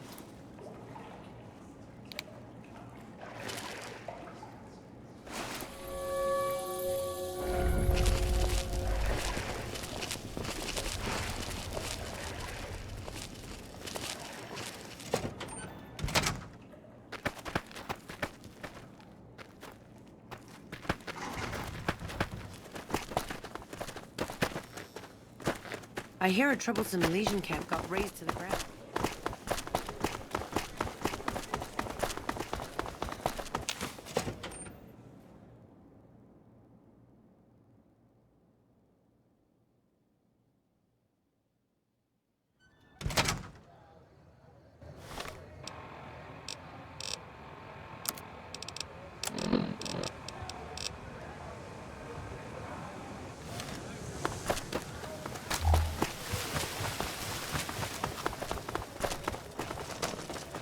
I hear a troublesome Legion.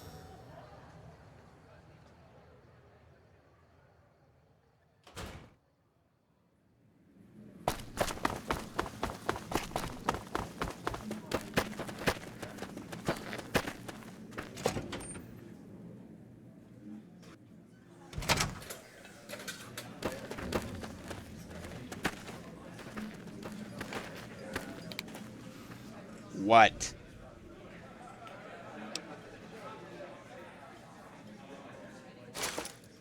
Ah, yeah.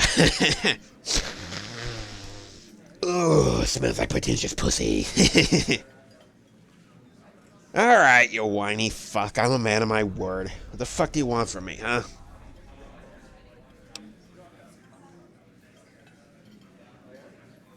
Oh, how do you know about that?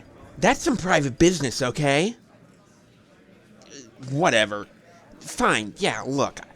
I throw some pretty big parties back home. I'm a big deal, right? I run in important circles. A lot of affluent guys attend. We have some drinks. It's a great time. But hosting parties for the most important folks in the NCR can get pricey. Even for a rich-ass motherfucker like me, okay? I ask, totally friendly, I ask some of my wealthy guests to kick a little cash back my way. That's all.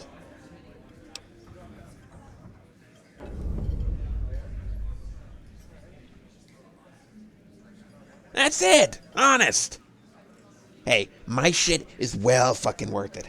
I got cash. I got perfect 10 sluts on lock. You best fucking believe I party like a fucking god.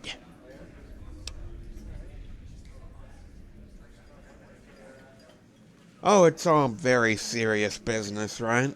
But my fucking business is pleasure. So this is a fucking lucrative vacation, feel me? First off, I'm here to buy up a little independent smut studio. That's how I became the goddamn porn king of California, you know. You ever see any of them bust-a-nut skin flicks? Shit's tight. So I'm buying up Alberta studios and getting my share of the cash. I heard their lead actor broke his contract, but whatever. I'll just force him to cast my boy Jansen in the lead role. Whatever. Also, New Vegas is fucking flooded with skanky whores that'll degrade themselves any which way for a fat payday. Nothing like seeing a bitch with delusions of classiness getting down and dirty for a quick buck. That's my fucking production motto, motherfucker. I got my boy Jansen. He fucks bitches like a fucking, like a machine that was designed to fuck bitches. Yeah. And that there pair of titties is Layla, some whore with big old dreams of superstardom. I might make her dreams come true, if she persuades me. Whatever.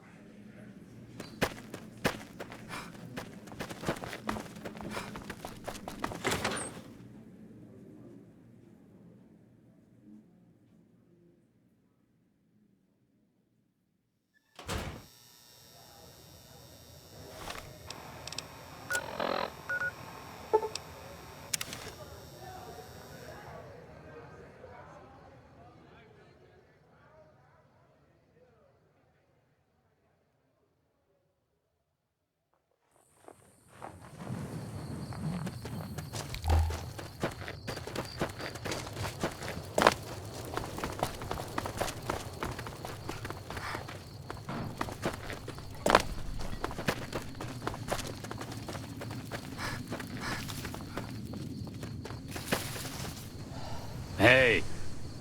Hold up. I can see you have something to say, but you gotta get a load of this. I fucking love it. Remember Adam Burk, the child raper that you arrested? Hallelujah, he's a fucking corpse.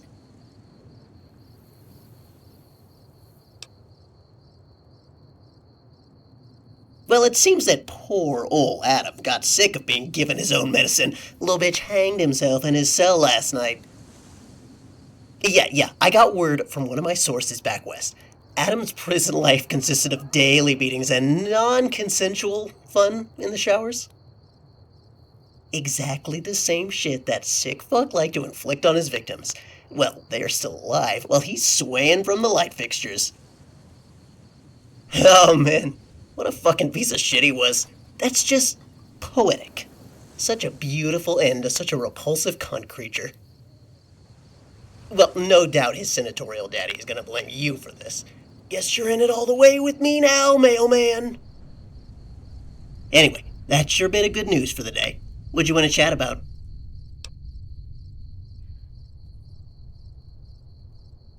Alright. Shit. Normally I suggest you stick his head in a vice, but I don't think you can get away with that in the middle of the tops. Well, let me think. Oh, I got it. You just gotta ass fuck him with the insider info. Really break his spirit, right? In addition to all the cash he got from Senator Burk, I happen to know he's been sending some of his own money to a different Burk. The fucking Reverend of all people. Why a porn producer would be paying off a fucking clergyman? Well, it's probably shady, right? Too bad for him. The Reverend is right here, in the Mojave. I bet he'll know something that would make Stan really shit himself. Let's see, the church would be down near the Aerotech refugee camp. Go and chat with the Reverend. See what intel he's sitting on. Yeah?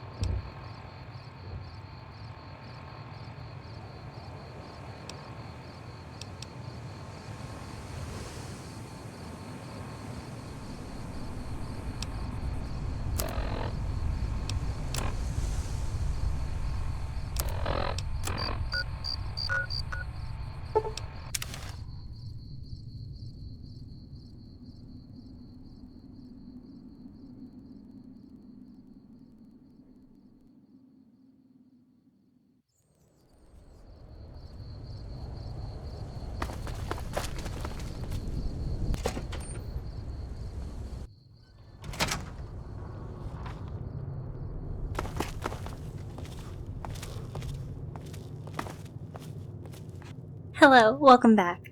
How can I help you?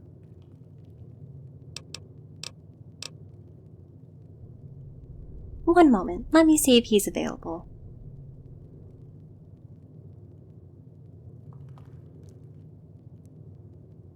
Yes, he's available at the moment. I'll unlock the door for you. You can find him in his office, in the door to my left.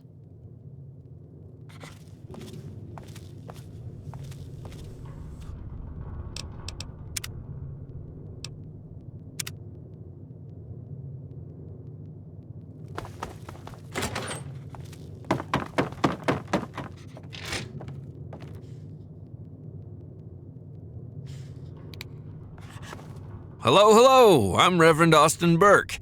It's a pleasure to meet you. Please, have a seat. I've heard a great deal about you. Seems a great many people in the Mojave owe you a debt. Now, what can I do for you today?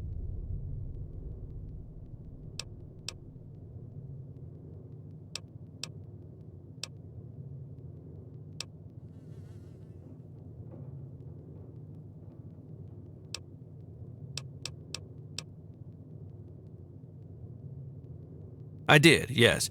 I know pride should be avoided, but I can't help myself from taking some satisfaction in the good work that we're doing. The Republic has done an exemplary job in reigniting the flames of the old world. Between the government and OSI, we're well on our way to recovery. But something that always stood out to me as a boy was the NCR's foundation seemed to lack any ties to God, only men. I founded Burk Ministries to correct this oversight and bring the good news to our citizenry. Our facilities back west are more impressive, of course, but I felt the Mojave needed spiritual aid even more than California did, so here I am.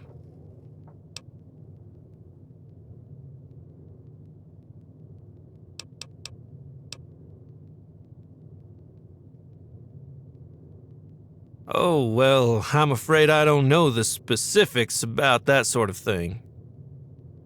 We do organize field trips so that our students can see the NCR, but I'm not the one that handles the details of that program. You'd be wanting to speak with Deacon Paulson, but he's the one leading the California trip. You'll have to wait for their return. Can I help you with anything else?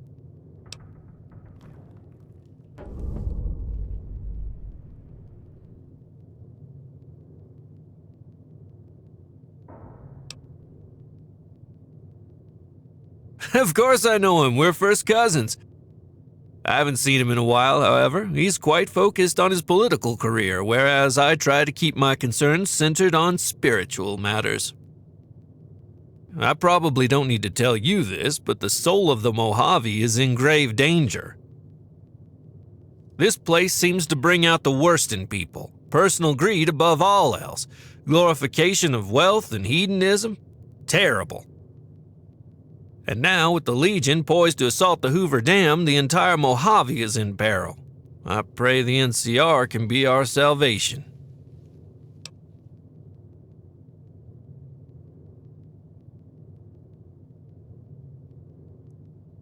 Crimes? Surely you're exaggerating, yes?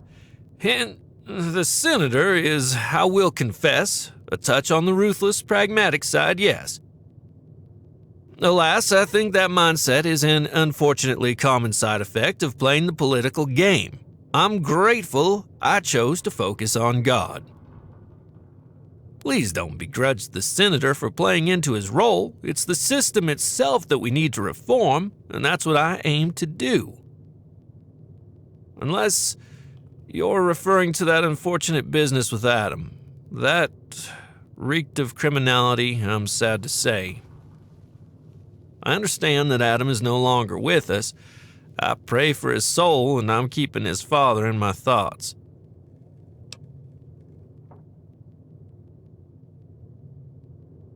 I'd only met him a few times when he was a young boy, you understand. I haven't been present in California itself for 14 years now, I think.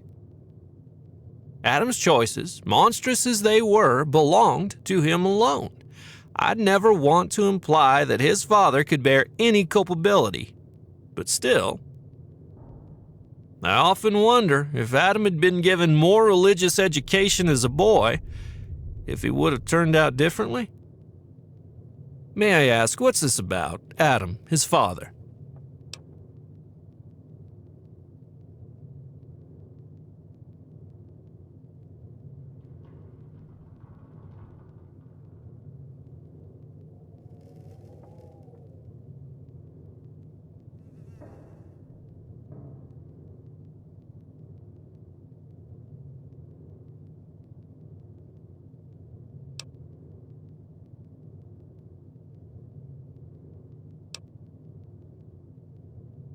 Did you? Well, I'm sorry for your loss. I'll pass Henry your sympathies when I see him next.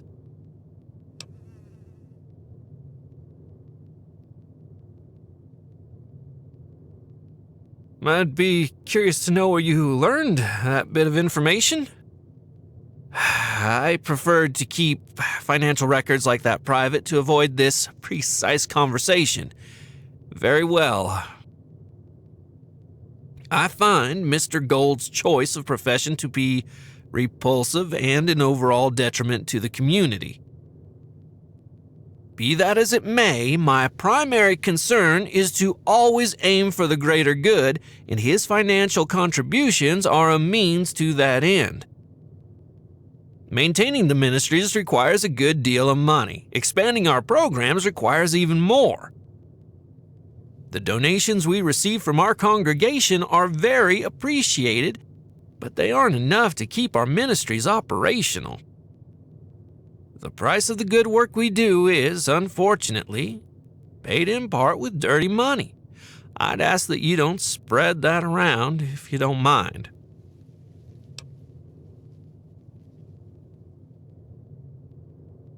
Oh, I couldn't tell you. I'd assume he's trying to buy his way into heaven in lieu of actually changing his behavior. Regardless, his money is being put to good use, and for that, I am willing to overlook his profession and mannerisms.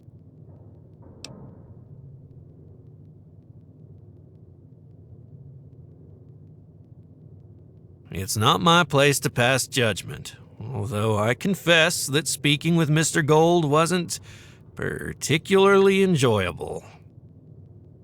He wasn't on good behavior either.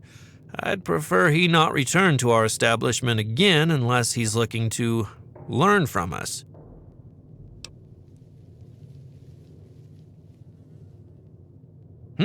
Oh, forget I mentioned anything. It's not my place to discuss. Was there anything else I can help you with? Good luck on your adventures. You'll be in my thoughts.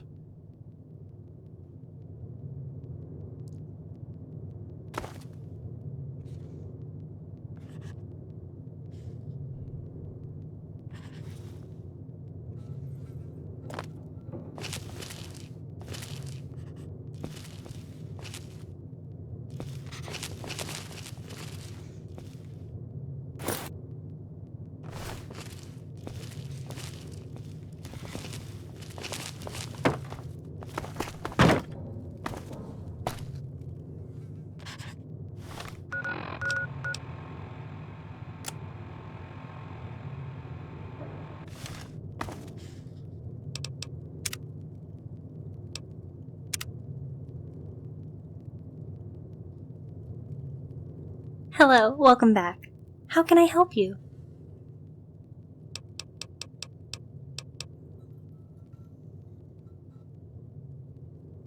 Oh, yes. Him. He was here, and I truly hope he never returns. He made a great deal of disgusting comments towards me. And when he left, he took one of our interns with him. I assume he promised her an outrageous amount of money. Yes, he did. I believe her name was, Rhea, I think. Decent student, but, well, maybe not so devout, evidently. We never saw her again. I'd rather not know what sort of jobs he assigned to her.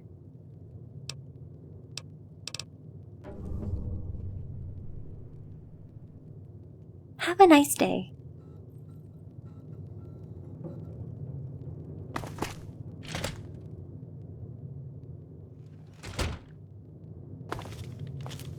The NCR took...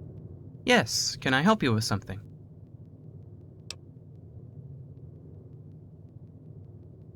Of course. One moment. Let's see here. Ah, yes, here we go. She was an orphan from North Vegas Square when she came to us. If you're looking for her, try there. I'm afraid I don't have any current information. Have a nice day. Back Nelson. Maybe they can win this war after all.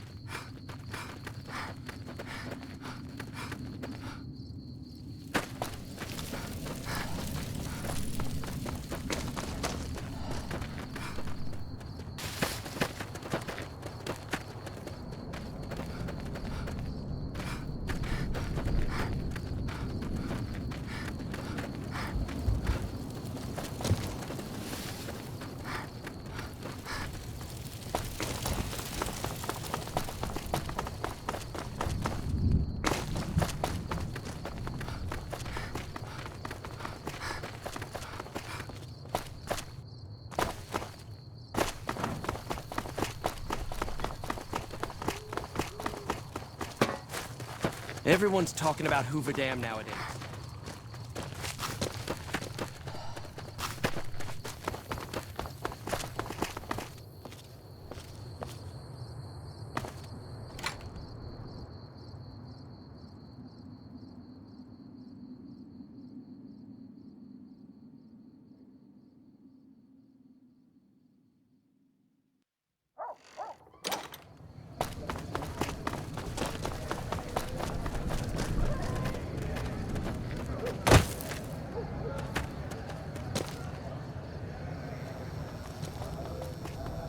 Best keep walking, lady. Alleyways here have a way of grabbing on and never letting you go.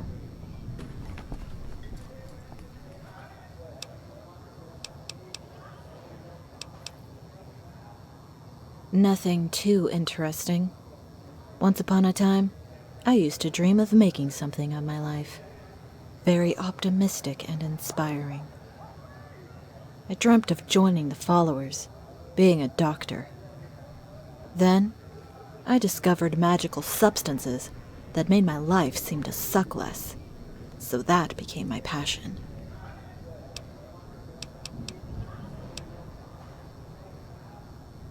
Ah, well, there's a load of things I never wanted to think about again, all wrapped up in one convenient question. Yeah, I was enrolled in that church. I wanted to learn medicine, and they didn't charge anything. The followers in Freeside don't really have the personnel to teach wannabe doctor idiots, so I sprung for the church instead. Then one day, in strolls that fucking prick Gold. He had a meeting with the Reverend, but he didn't leave after it was done. Instead, he patrolled the church grounds, looking at everyone there. Then he comes to me. Says he'll give me $5,000 to follow him to California. Said if I refused, the Reverend would have kicked me out of the church anyway. 5,000 was more caps than I'd ever seen before, so I went along. What can I say? I was a very stupid 15-year-old.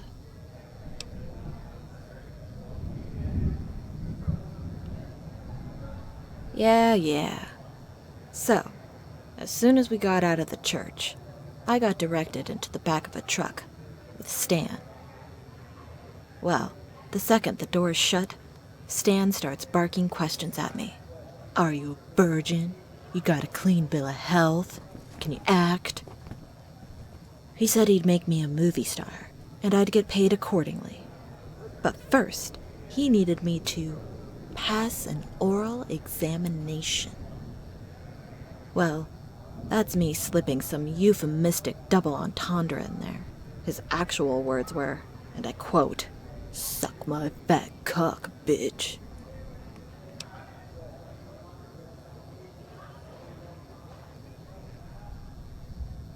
You bet your ass he was. Gold kept saying he paid Burk good money to buy my ass, so I better not disappoint him. Anyway, after that was done with, the truck pulled up by some old warehouse. Stan told me to stay in the back of the truck. He got into the passenger seat up front, and suddenly a dozen other women climbed to the back of the truck with me. Stan tells us all not to speak, and then we drive off. Was packed into the back of that truck for goddamn hours. Only got one bathroom break.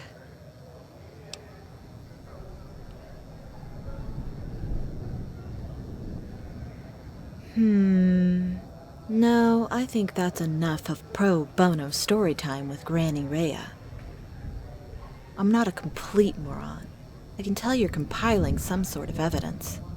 Sounds like something that would implicate Burk, yes?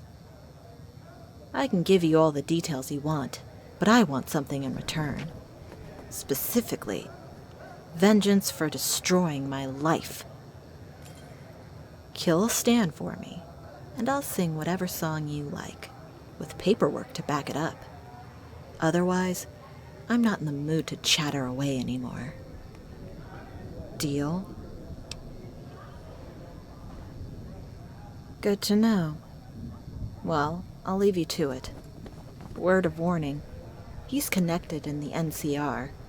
If you're going to kill him, best do it quietly. Have fun. If you've spoken with him, I'm sure killing him will be cathartic for you as well.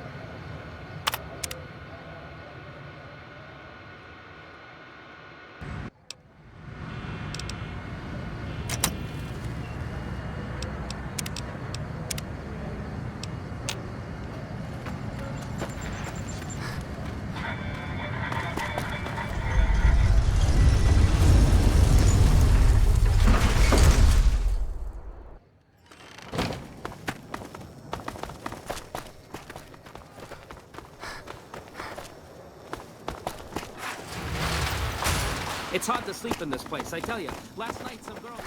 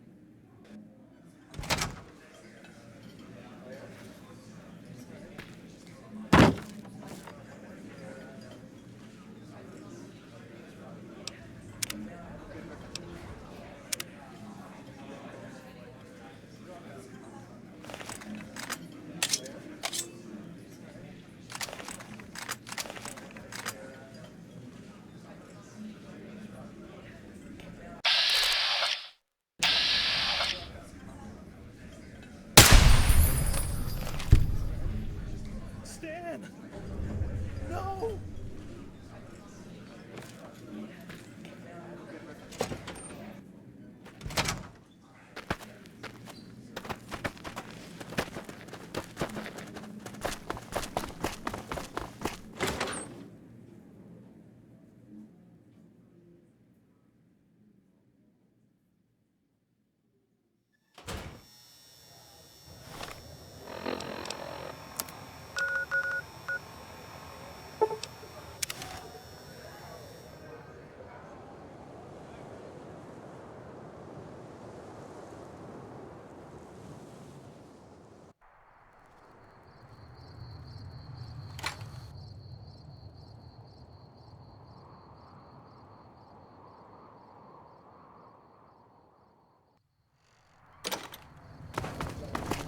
So, I get the idea behind nuking places like New York or DC or whatever, but why waste bombs on Vegas, of all places?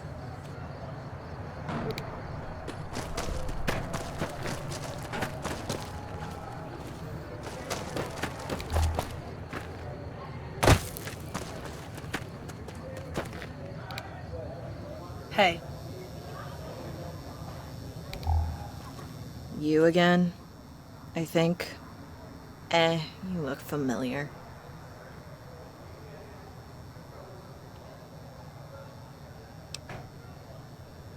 Well, good.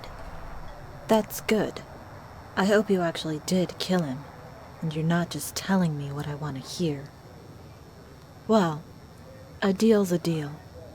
I'll give you the salacious bits I know you're really looking for. So, me and a bunch of other girls were in the back of a truck driving to California. We arrived at some big ranch estate, and we all got herded out to some building with beds for us. Some of Stan's makeup people came and made sure we looked our best. Then some guys with guns showed up. The gunman said we were going to be the entertainment at a high society party, and if we didn't behave ourselves, we'd be shot. They meant it, too. Next night, we're dropped off at Stan's mansion and told to mingle with the rich and important fucks. If any of the rich assholes wanted us, we had to go along with it.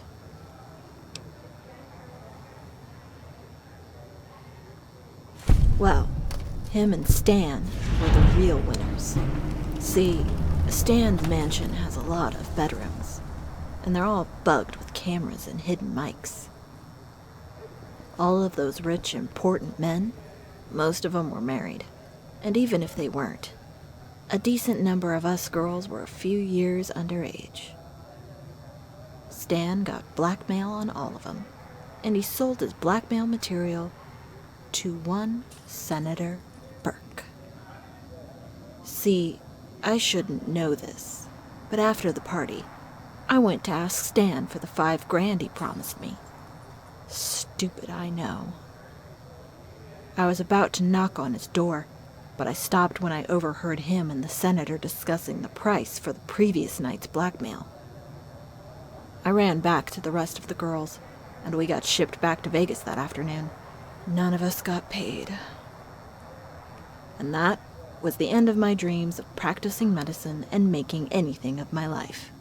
Hence, I truly hope you killed Stan for me.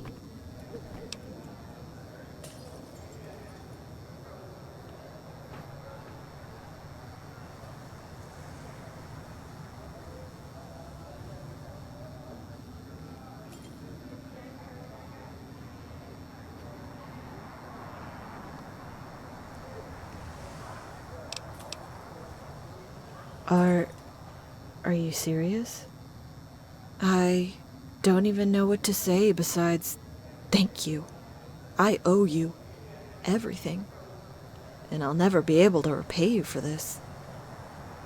Oh, I'll use this to pay my way back to California. Fuck that church. I'm signing up with the followers. Thank you again, so much. I promise I'm not going to waste this. You have no idea what this means to me.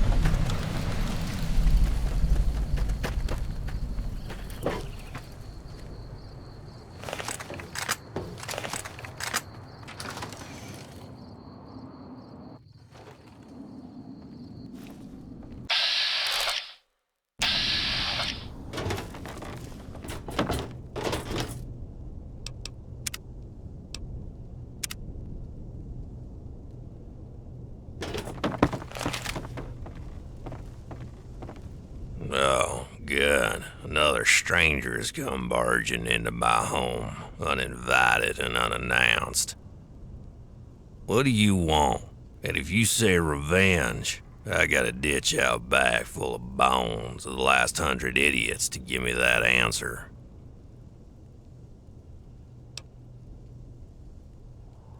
Senator Burk? I never worked for him. First time I met him, he was a newborn. I tracked some bounties for his daddy, Carson Burk. He's been dead, 20 years now? Hell, I don't remember. What are you after, huh? You trying to get some kind of political dirt on him? Give me a break.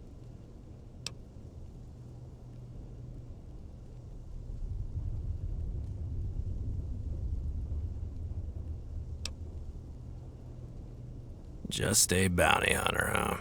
Figures. May as well fade into obscurity. In my prime, I figured I was the top dog in the Mojave. Any target, no matter how ruthless or well-armed, I killed. Young punks with something to prove all came to me, looking to learn my methods or to kill me and take glory as my killer. Never worked for 'em. Tully, Alquist, Pike. They're big names in the business because they're emulating me. Assuming they ain't fading into obscurity, too.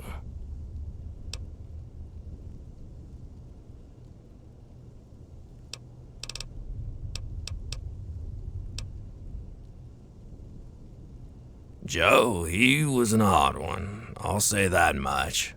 Too mercurial to be a professional, and too good at his job to be anything else. Man sure was angry, that's for sure. He could break the bank at every casino on the strip and still find something to be irritable about.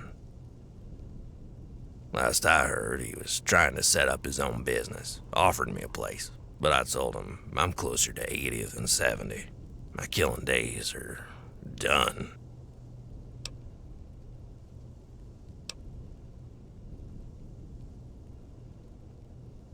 Could do worse for yourself, I'd reckon. Joe never struck me as a greedy sort. I figure he'd pay a fair wage for a job well done.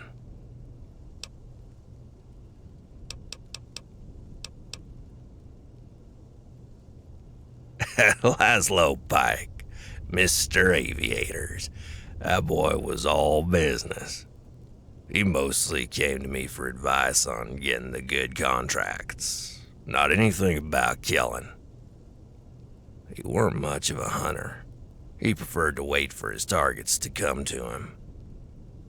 He'd set up ambushes, let his targets walk into the explosives he rigged up.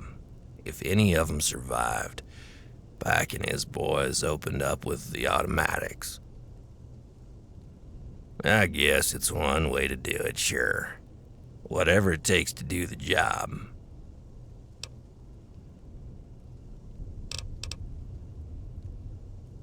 Men specific, or are you generalizing? Either way, it's a damn high number. More men than women, for sure, although the gap between those two numbers is narrower than you might expect. Despite how many of them are rapers, seems like most outlaw bands aren't too discriminatory with their hiring policies. Weird, but whatever. As to your original question, fuck if I know. Number's too high to keep track of. And that was before my decrepit ass started going senile.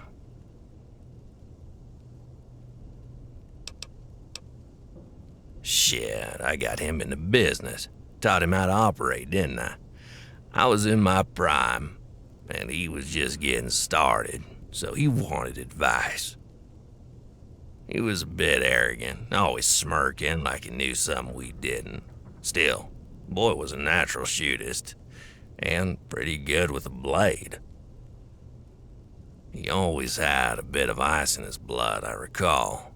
Some folks would go out of their way to bring their targets alive. Caleb would only ask once. Wasn't too surprised in the direction he went. After what happened to him, everyone has a breaking point, and he wasn't the suicidal type.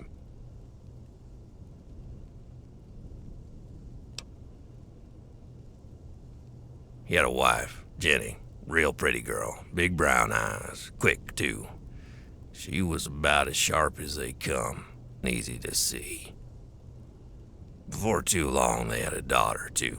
Problem was, well, like I said, he was arrogant. He liked to show Jenny off, flaunt how good he had it. You get yourself into the murder for hire trade. Eventually, someone will come looking for payback, as Caleb learned to his sorrow. Couple slavers he made destitute came calling, shot up his home. He didn't get hit, but Jenny died in his arms. He buried her, then he buried the slavers.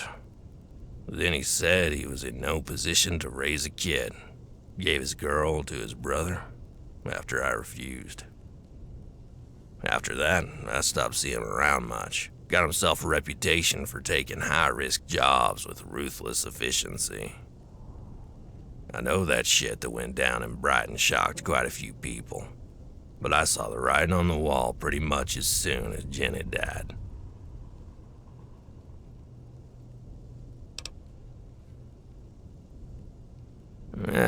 He said he didn't want her to be hurt by his work like her ma was.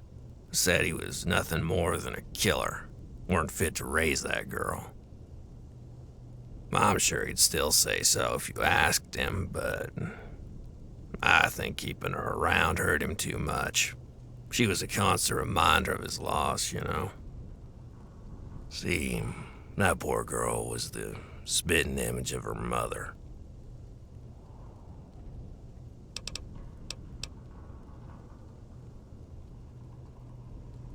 If they've wronged you somehow, grab a rifle and wrong them back.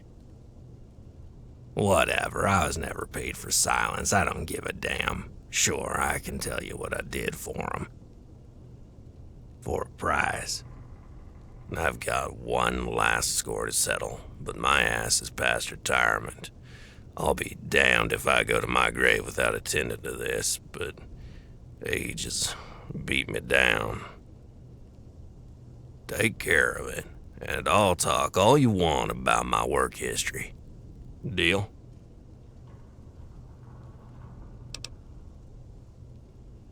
Good. Now, I've killed more folks than I could ever hope to count, and 99 times out of 100, it weren't personal. Just doing my job. But this one is about as personal as it gets. See, I wasn't always alone like this. I had a wife and a son. My boy James ran himself a respectable saloon. He didn't kill folks for a living, and that was fine by me. One night I was drinking and chatting with the boy. Everything was quiet until we hear shots in the street. Ladies screaming bloody murder. James grabbed his shotgun and was out the door before I was even to my feet. I was showing my age 20 damn years ago. I hear 2 more shots as I get to the door. I get outside. There's James, bleeding out like a dog in the street. I got out there just in time to see this. Oh, damn. Ghoul rev up his ancient motorcycle. Off he went. Dennis Godwin. I asked around, that's his name. You kill him for me, I'll say anything you goddamn want.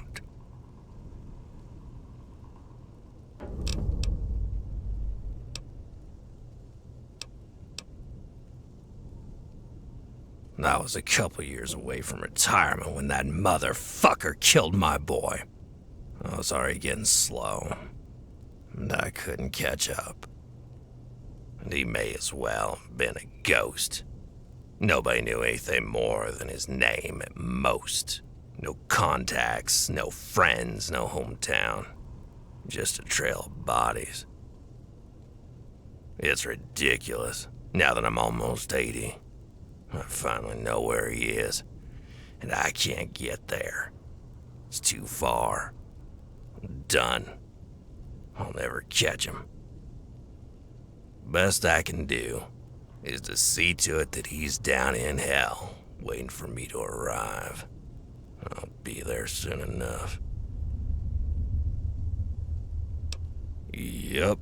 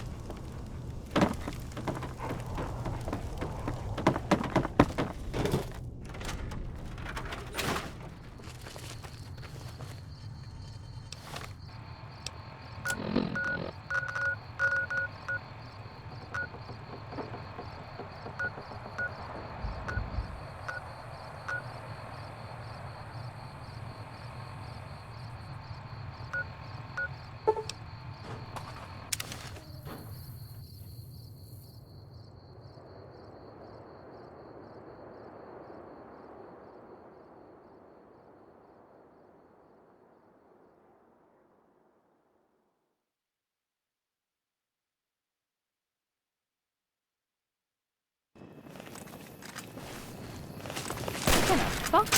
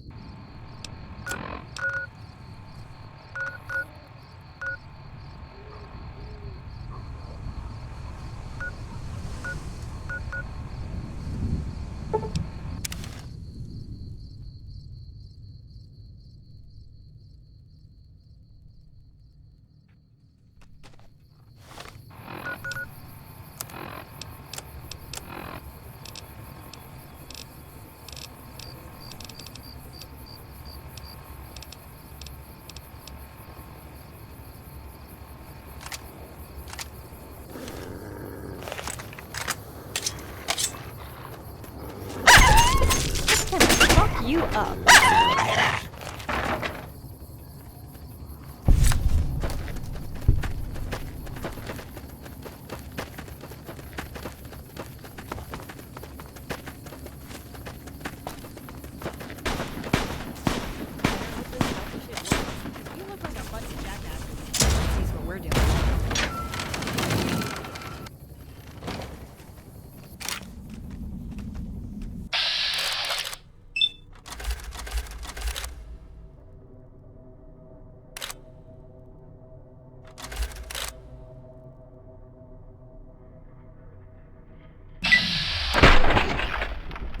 I'm gonna have fun.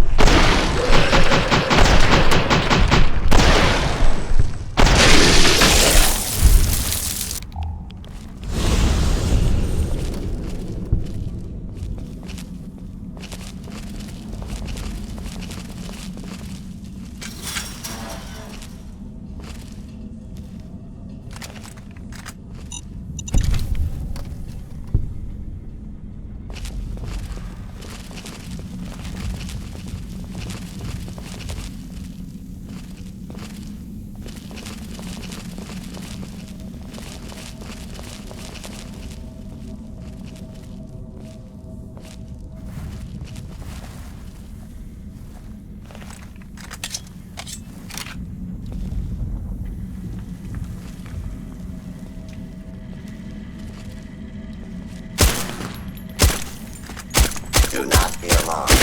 Law and order will be restored.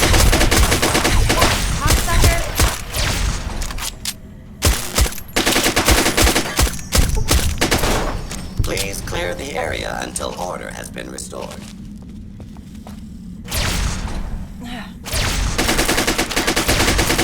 This just isn't your day.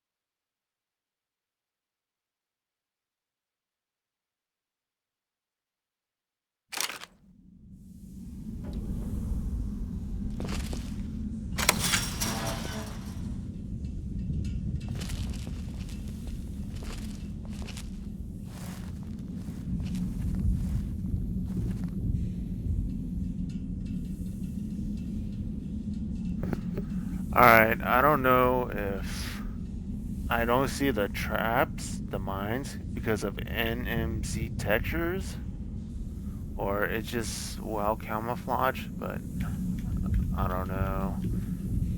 I feel like this part is being unfair, because right now I don't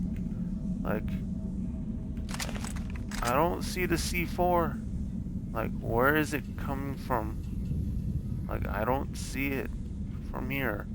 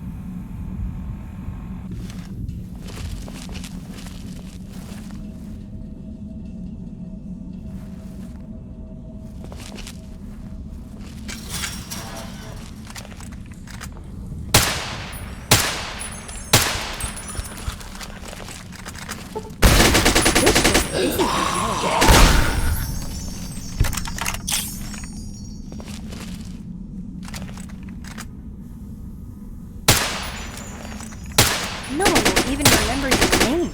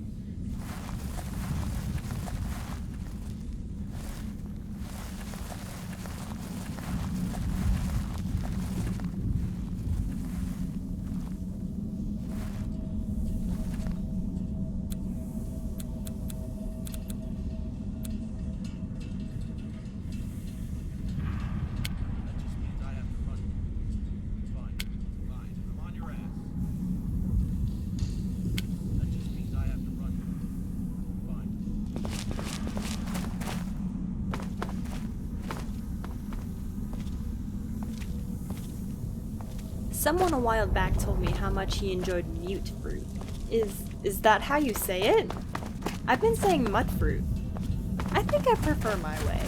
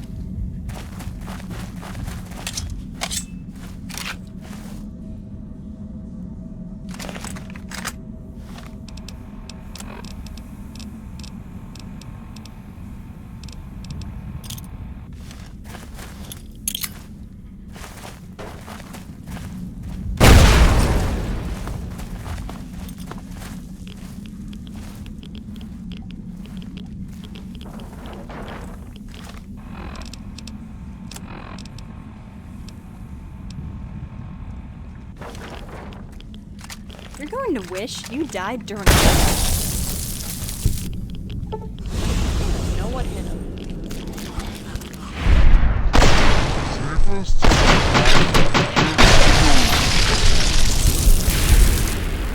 Fireball!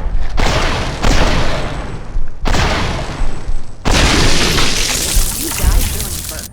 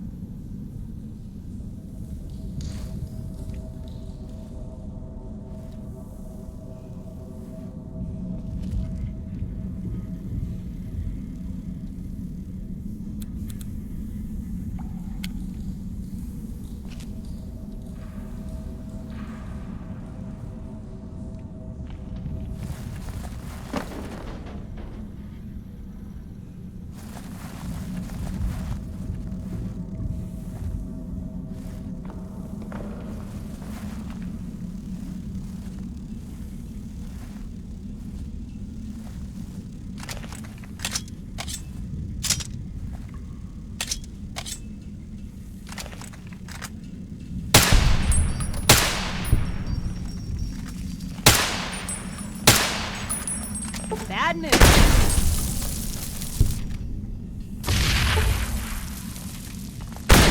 time to wish you died during birth.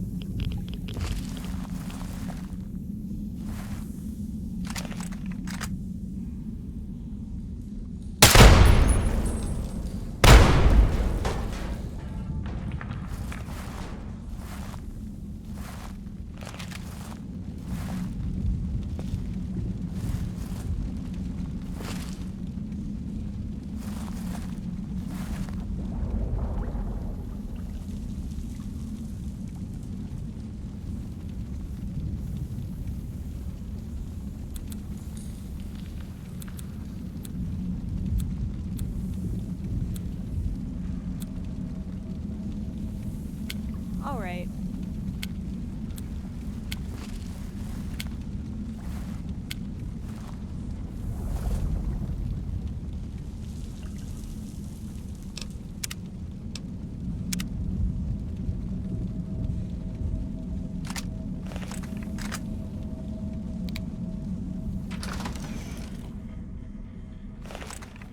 You went through a lot of trouble to get in here. So, persistent scavenger? Or are you here for me?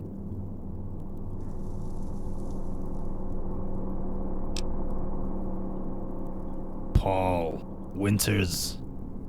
I don't know who the fuck that is. Someone I've wronged, clearly. Not surprising. I've killed many people. Some of them had friends or family.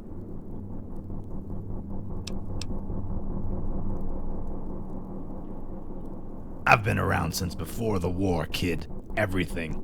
Everyone I ever cared for is dead. Been dead for goddamn centuries.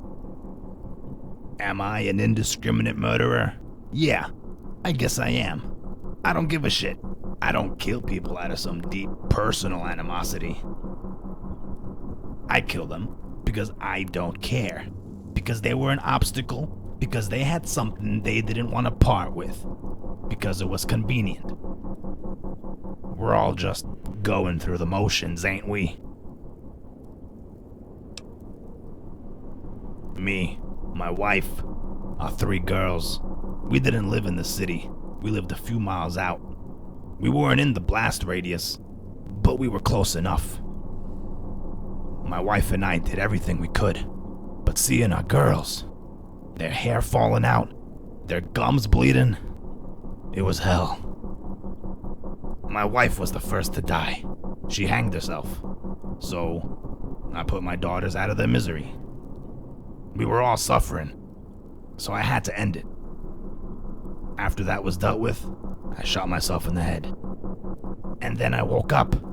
Somehow, I botched my own suicide with a magnum to my fucking skull. I crawled into the desert, figured something out there would kill me soon enough, but it just never happened. And here I am, 200 years later.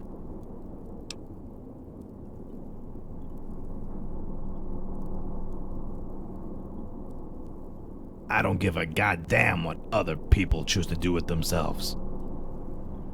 I lost everything. Everything that mattered to me, gone. And for what? I survived the rats.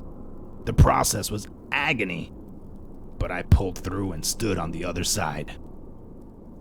What if my girls would have done the same? What if I didn't put them out of their misery? What if I just murdered my daughters for nothing? So to be clear, whoever the fuck your friend Winters is, I don't care. I don't care about him or whoever it was that I killed. And I don't care about you neither. And you know what? I'm tired of talking. Come on and die already.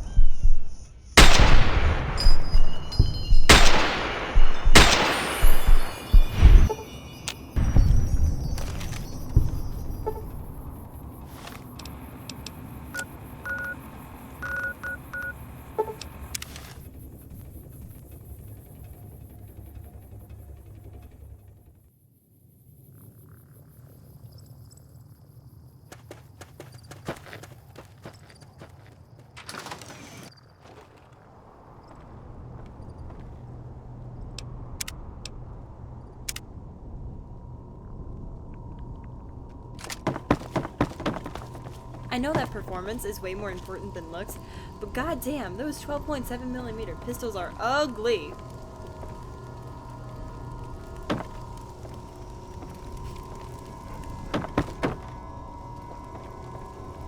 Hello.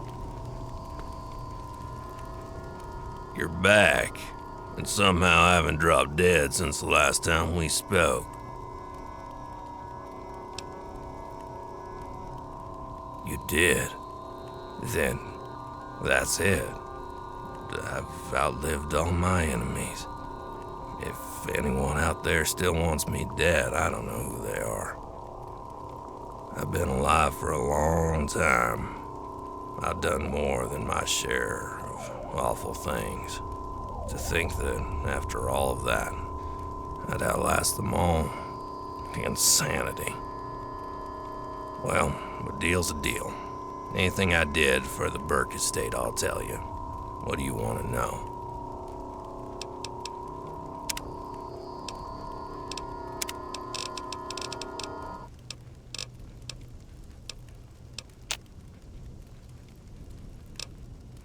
Guess you'd call it a hitman. Not really any different than my usual bounty hunter work, except these guys weren't wanted by the law. And to be clear, I didn't do any work for the Burk estate. I did work for one man, Carson Burk, the senator's daddy. I killed business rivals, untrustworthy employees, scorned mistresses. Carson weren't into politics like his boy.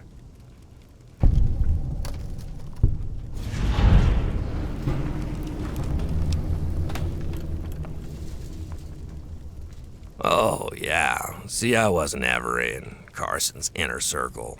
He had himself a little elite squad of killers and thugs answered only to him. They generally handled internal business for the family. I was mostly kept on retainer to deal with issues that needed some plausible deniability. But on the rare occasion that one of his private security people got cold feet, someone outside the security team would have to take him out. Otherwise, they could run and squeal about whatever shady business they were doing on behalf of the boss. They knew things no one else did. As the nut jobs across the river might say, quis custodiet ipsos custodes.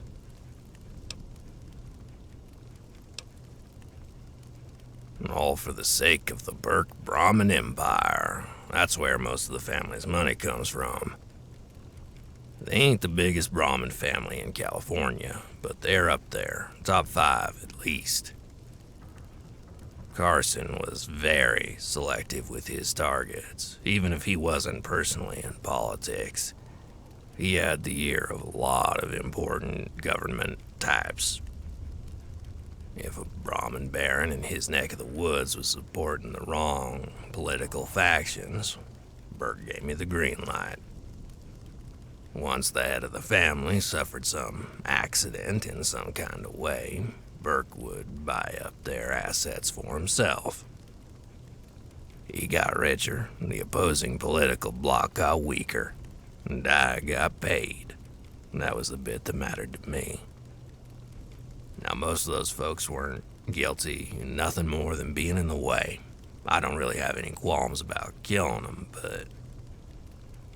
well, if you're looking for dirt on the Burks, there you go. Their former patriarch loved him some assassinations. What, are you kidding me? Hell yes, he had mistresses, tons of them. He and his wife hated each other. They had 2 sons, Henry and Tobias. And other than that, they avoided one another whenever possible.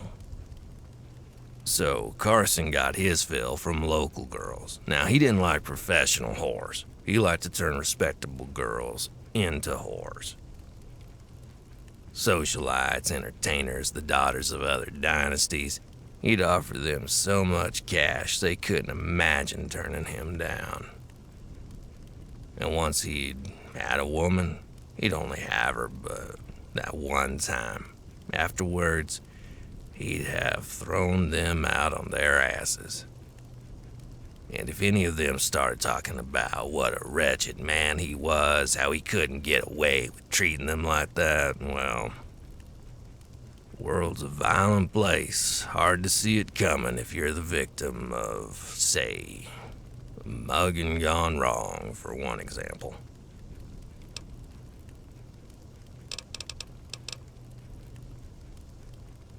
Yep, that I did. It never really bothered me none. I figured we're all going to die someday. Life has a way of collecting on those debts. Took my own innocent boy getting himself killed for me to realize what sort of man I was. Still am, I guess. I can't take none of it back. Like I said, take on a debt like that, one way or another, it's gonna come back to bite you in the ass. Always does. Keep that in mind, kid. Yup.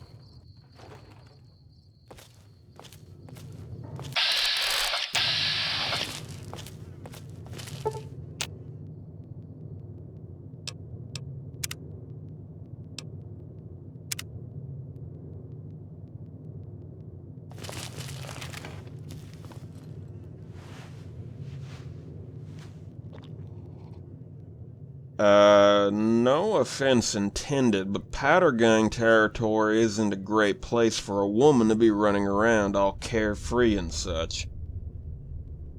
A lot of these guys haven't touched a woman since they first got locked up. Not me, mind you, but I'm charming.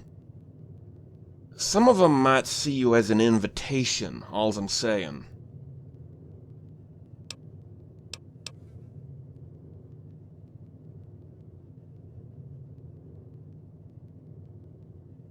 You know what? I think you're fine without my warnings. I'll reserve my pity for anyone that gets in your way, I think. Now, with the understanding that I have no intentions of provoking you, is there anything you need?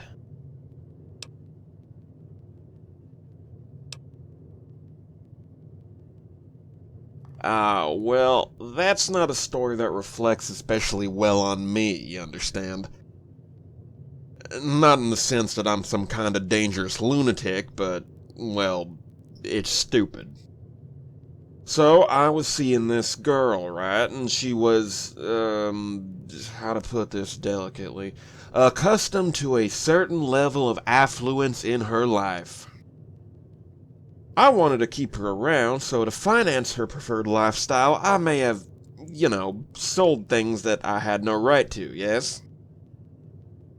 And when someone noticed they were bereft of their earthly possessions, they pointed out, "Hey, Massey suddenly has a lot of cash for a dirt farmer." Told you, it was stupid and makes me look bad. Still, I'd rather look like an idiot than a psychopath like my cellmate Darby.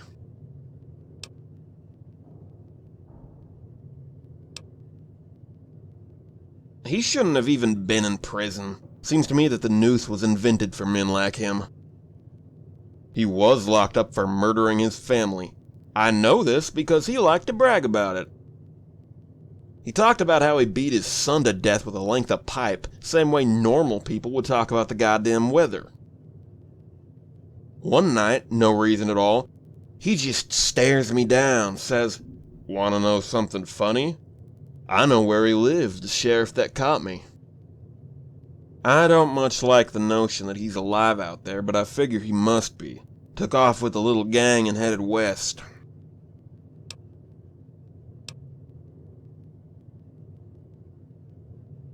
Am I a powder ganger, though? Sure, I'm an escaped con. I got this nifty prison shirt on and some dynamite in my pocket, but the thing is, I'm not interested in robbing people, blowing people up, or any of that other shit. So, I'm not sure I am a powder ganger. Not really.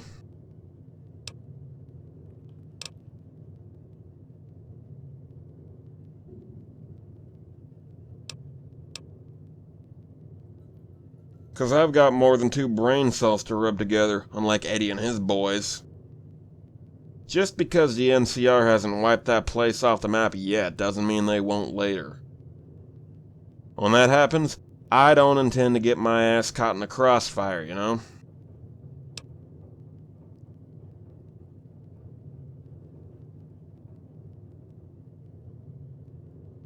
Well, to be fair, overpopulation was the second biggest cause of the riot in the first place.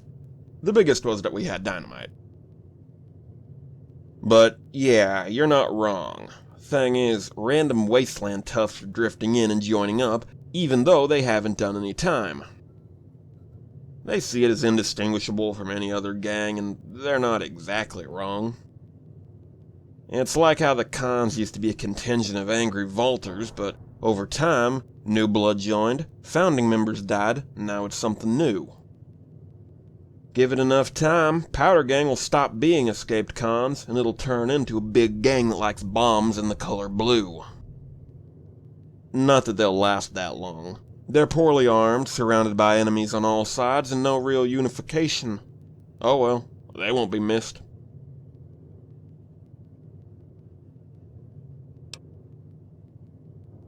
I did. I was a ranch hand on their estate back in California. I'm not particularly interested in politics, nor the familial rivalries of Brahmin dynasties. I sense you're angling for some sort of specific information, though. What is it?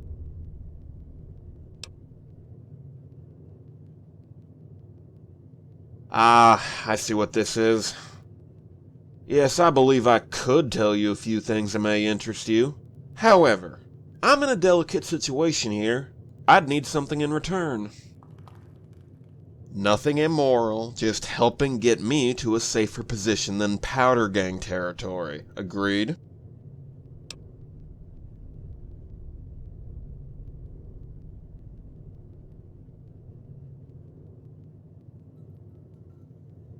Excellent.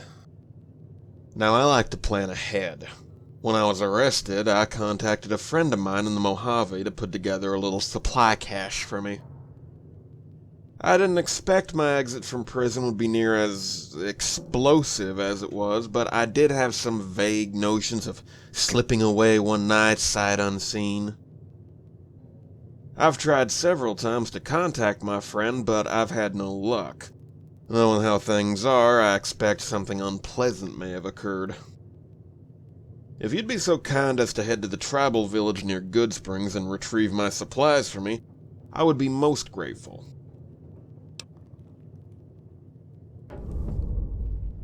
Was a ranch hand on their estate back west. With how much land they have and how many Brahmin, they need all the workers they can get. And I know you're referring to the senator. I didn't work for him, though I saw him come to the ranch from time to time. The man in charge of the Burk Brahmin enterprise is Tobias Burk, the senator's younger brother. He paid my wages, but otherwise we rarely spoke. I was friends with his son Patrick. He's a good sort.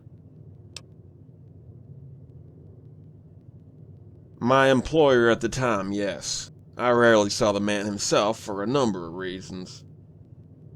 The estate was fucking gargantuan for one, or for another he had a great many employees like myself. In any event, I can tell you he was a fairly harsh sort of individual. He lacked humor, put it that way. Last I saw him, he was bedridden. Bad cases of cancer, I understand. Apparently he's still alive. Barely. He won't be long for this world.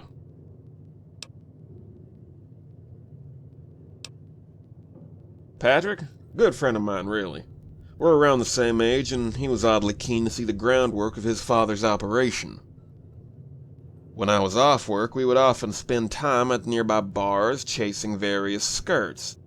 All in good fun. He wasn't like his cousin Adam. Last I saw him, he was enlisting in the army. I don't think anybody was thrilled with his decision, but he stuck by it.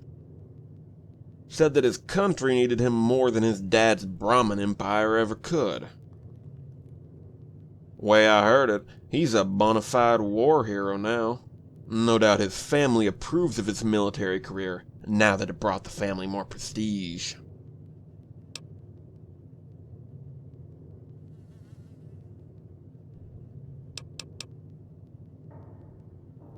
Adios.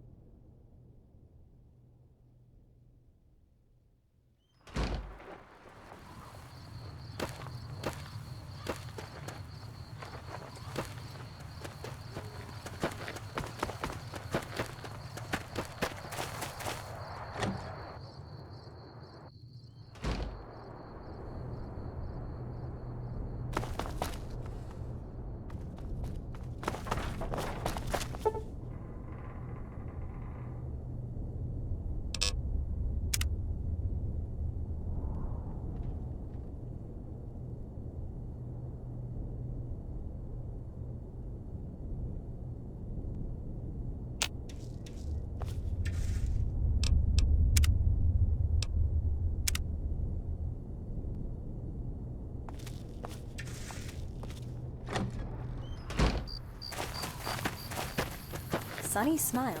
There's no way that's her real name. Is it?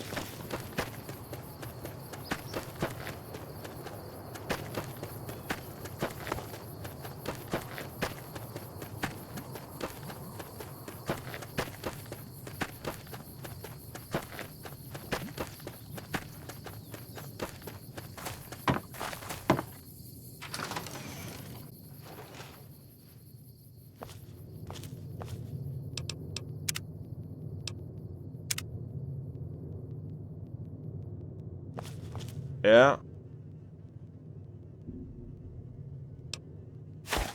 Much obliged. Ah, yes, excellent. He even managed to scrounge up an assault rifle. Very handy. The village was full of cazadors. I hope you killed them all painfully. My friend who put together this supply cache deserved better. Well, this will help quite a bit.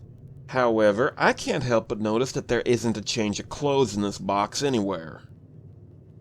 I don't believe it would be wise for me to venture into the world still wearing this nifty blue shirt that proudly advertises my fugitive status. Could I trouble you to grab a set of leather armor for me? It would come in handy for a career I'm strongly considering.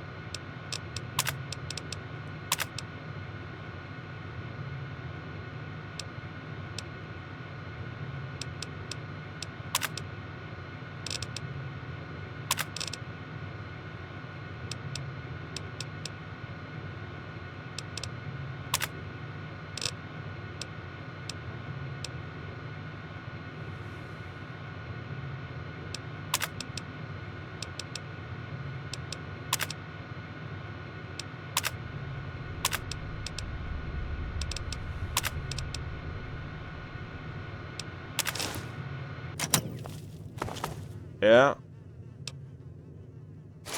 Much obliged. Now, you wanted to know if I knew of any questionable activities on the Burk estate, yes?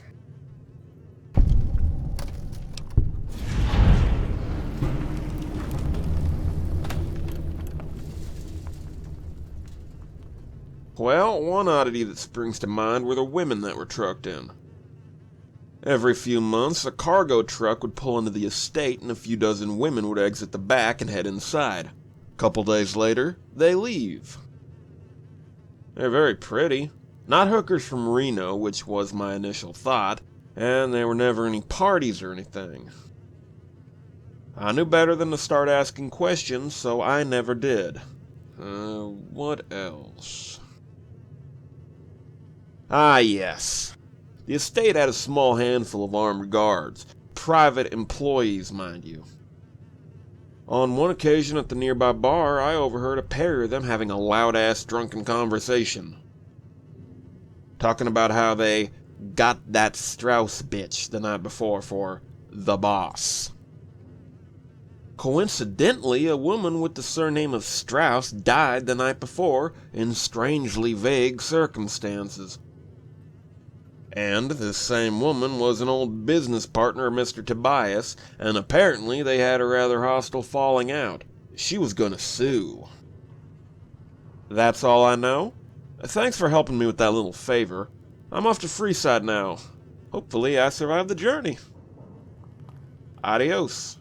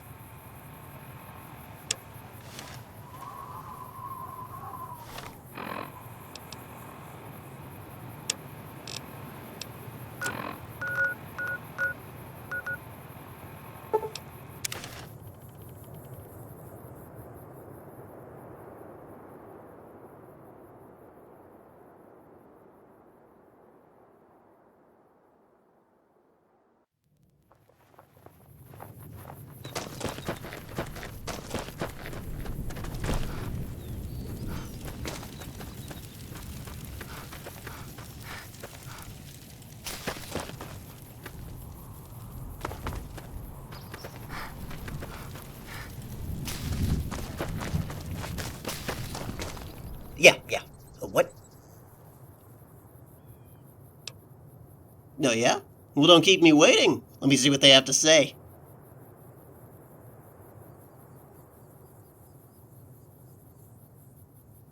Shit. This is fucked up.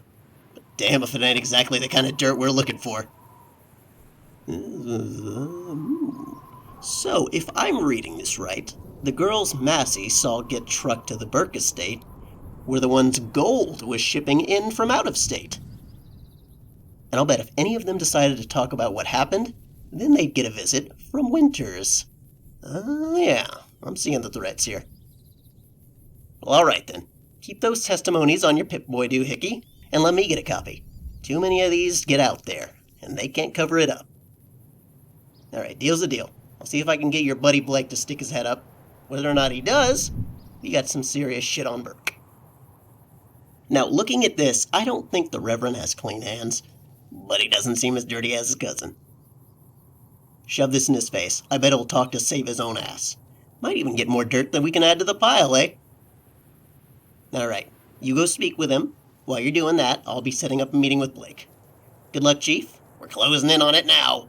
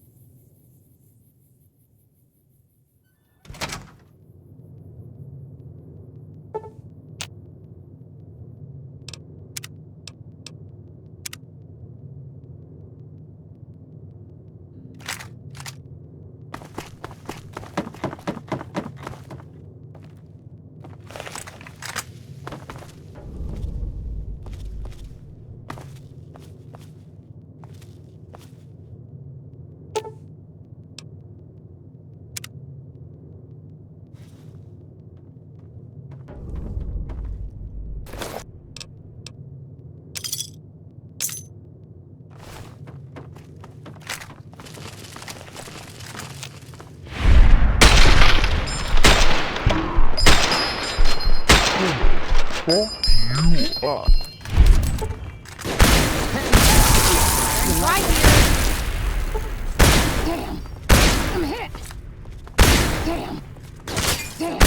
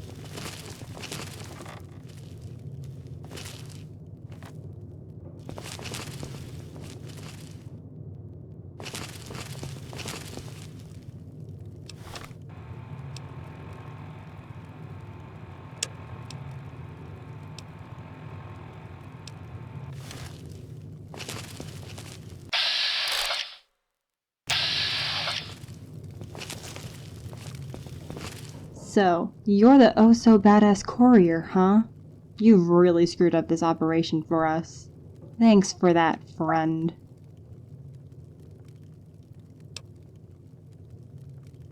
Carter, I run security here while Brecker is busy elsewhere.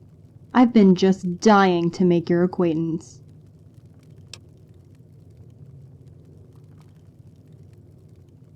Oh, those nice folks? Yeah, we killed them all and threw their bodies down a drainage shaft. If their deaths bother you, well, it is your fault we had to neutralize them. You just couldn't leave well enough alone, eh? Good work.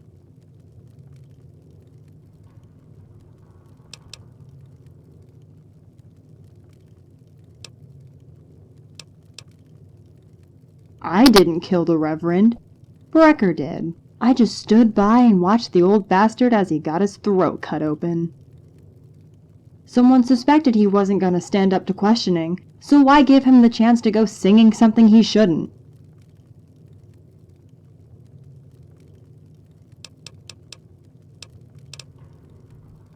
He's doing his job. Be thankful you're dealing with me instead. I kill my enemies with bullets. Brecker has his own ways. Much slower ways.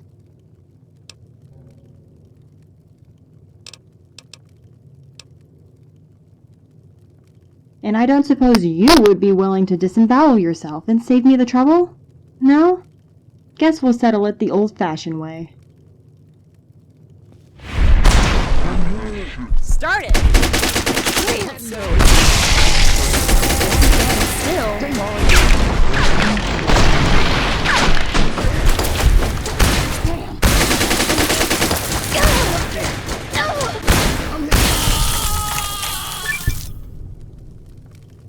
You like that?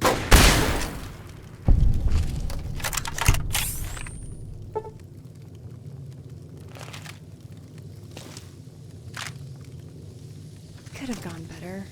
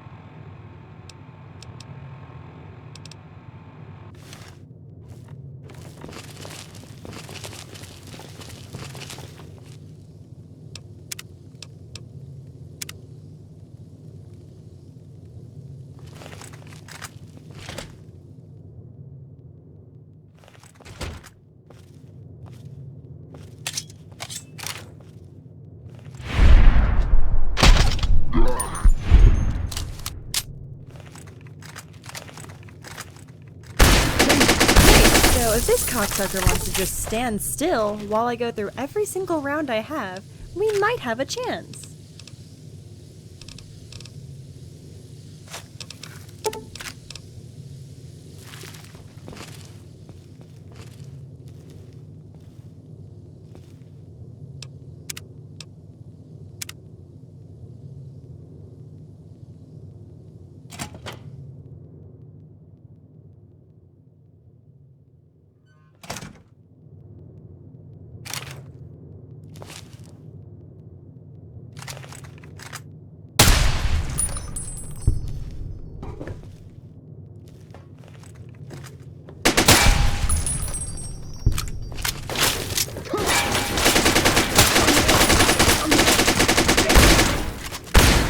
Fuck you.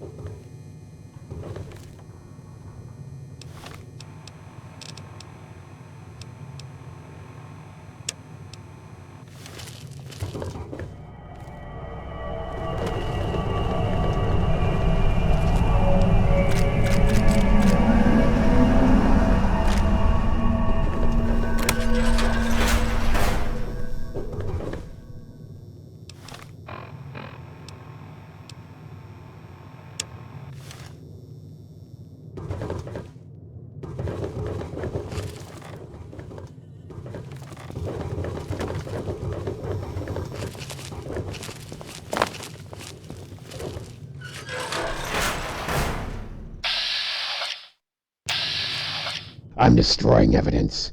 If you must kill me, at least make sure this room is completely purged. Wait a moment. You're not one of Brecker's. You're that courier. They all want you dead.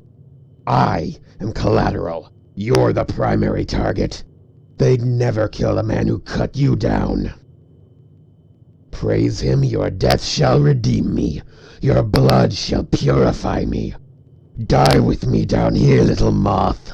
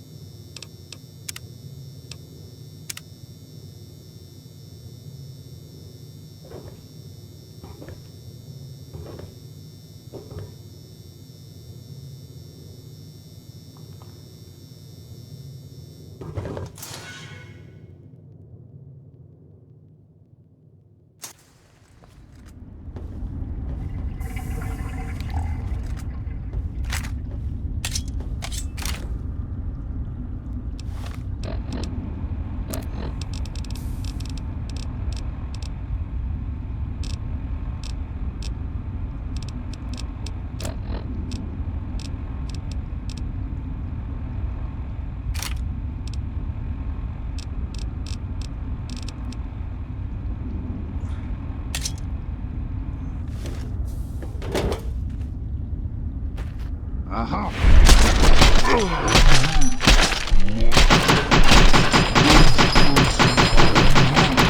Spooky? Might as well be shooting.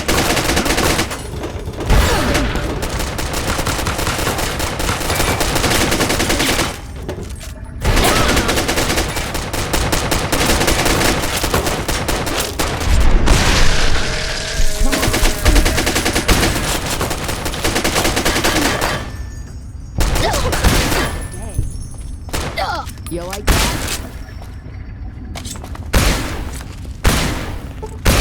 I'm hit.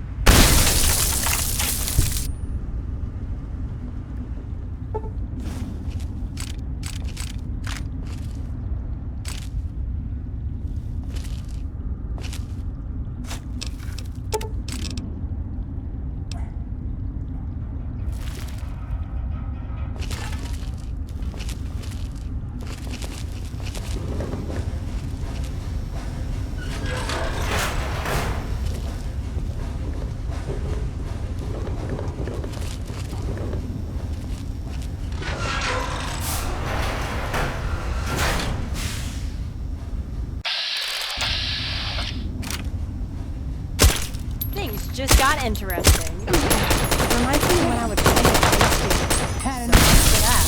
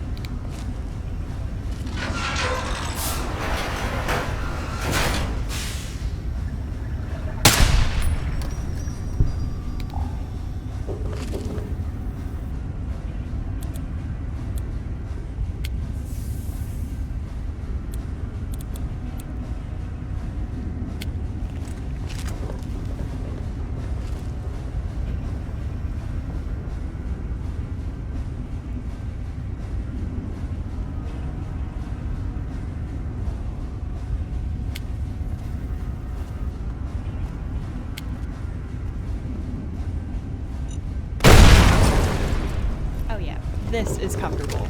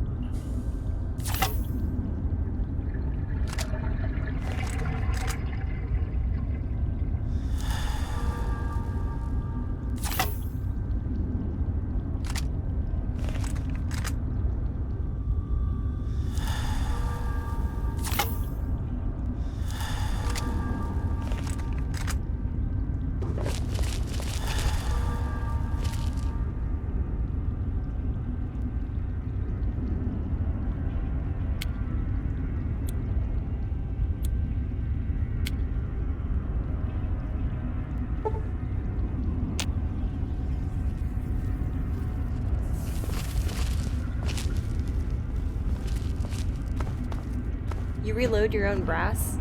I never buy raw materials myself. Way faster and cheaper to buy surplus in bulk and break them down.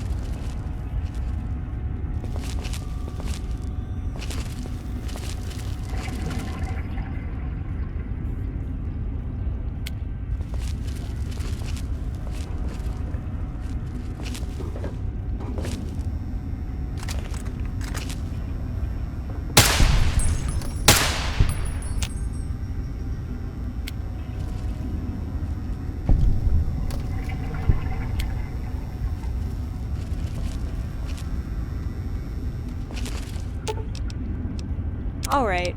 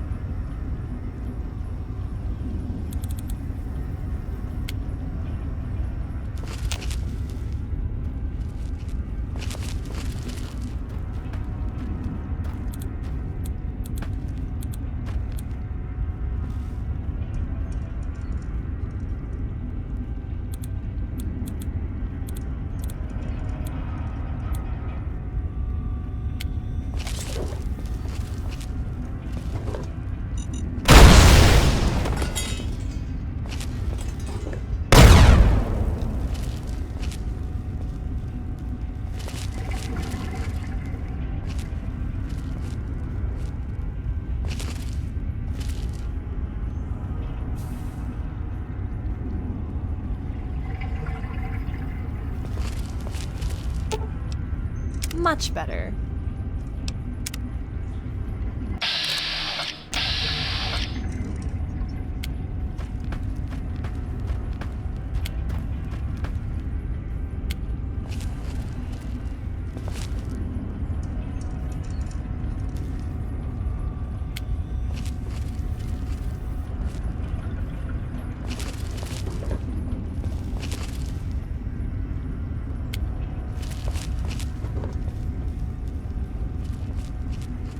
Aha.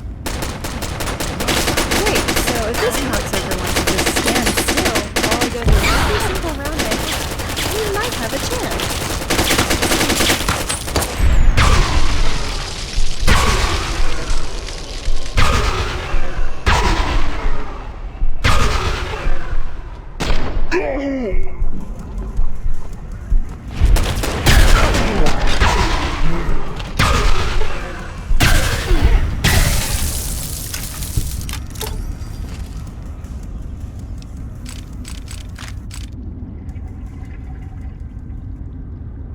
Usually, there's an excess of booze involved when this happens.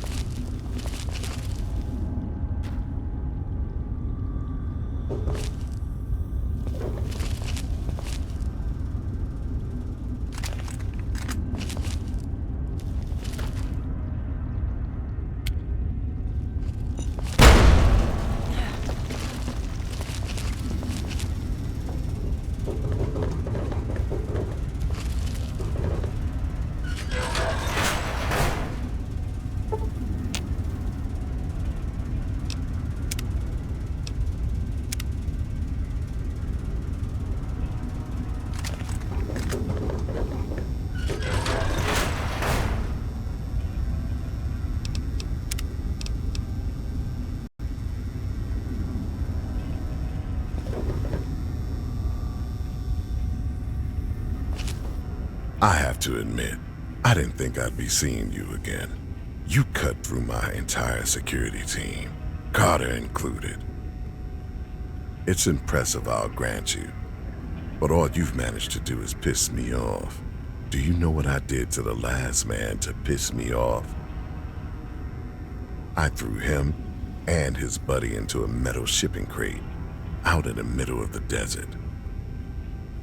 I sealed it up tight, with just a little space for air to seep in. Suffocation was too quick. No, I let them cook and starve in that thing. Can you imagine, day after day, locked in a tiny, dark, sweltering little space? It's an agonizing death. That's why I enjoy it. That is the fate of those who test my resolve. You may as well shoot yourself, because what I have planned for you is far worse.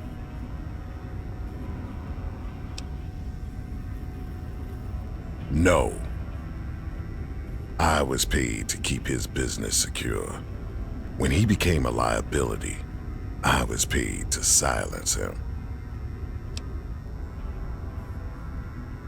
You can go to your grave blind and ignorant. I piss on last request.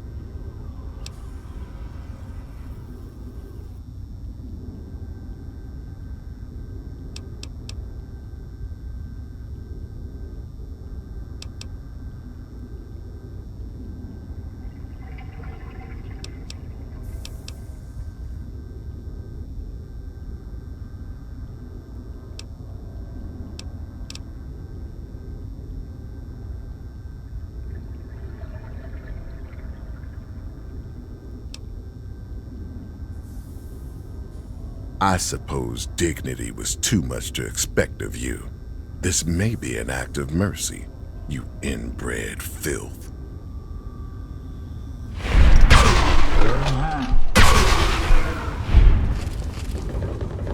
like that?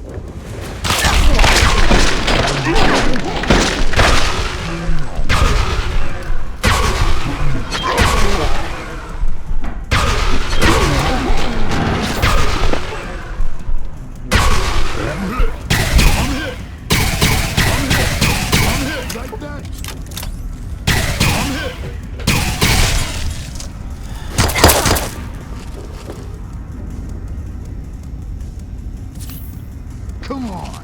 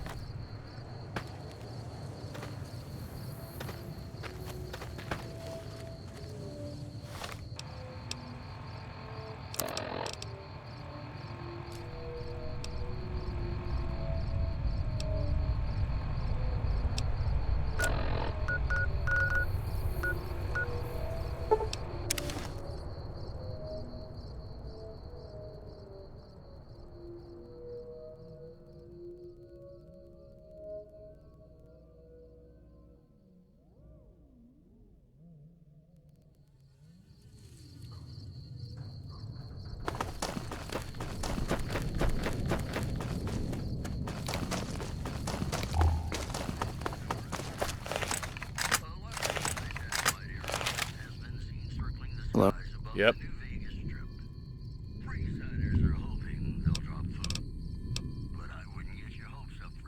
Oh, Jesus Christ. What happened?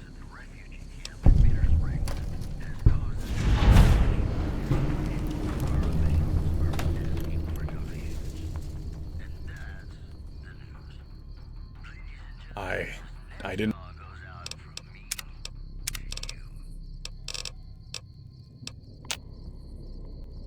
know her that well, truth be told. I know she didn't deserve this, though. Christ. I can't even be angry. I mean, you killed everyone responsible. All I can do is wish all this could have been different. Hell, look, you don't need to tell Jerry about this, okay? Maybe we ain't exactly close, but he's my brother. You should hear it from me. Thanks for helping out. Wish it amounted to something.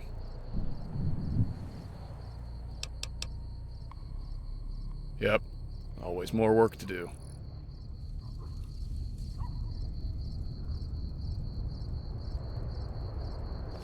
And you're back.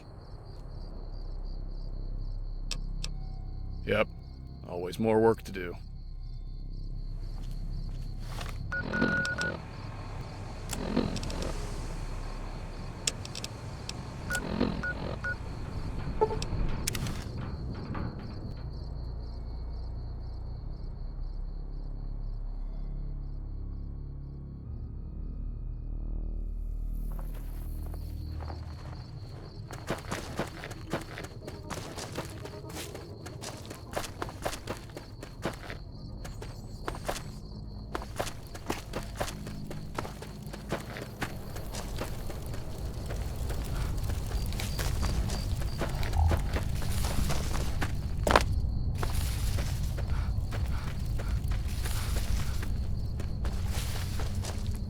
You Eddie's friend? Wait, hold on, I recognize you. Yeah, you're the one Revis patched in, aren't you? Oh, I'm glad Eddie isn't trusting all this with some random outsider.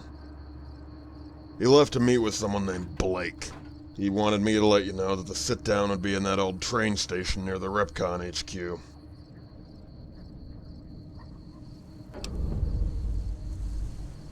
Most of these guys call me three-piece, but for brevity's sake, Kyle works just fine for me.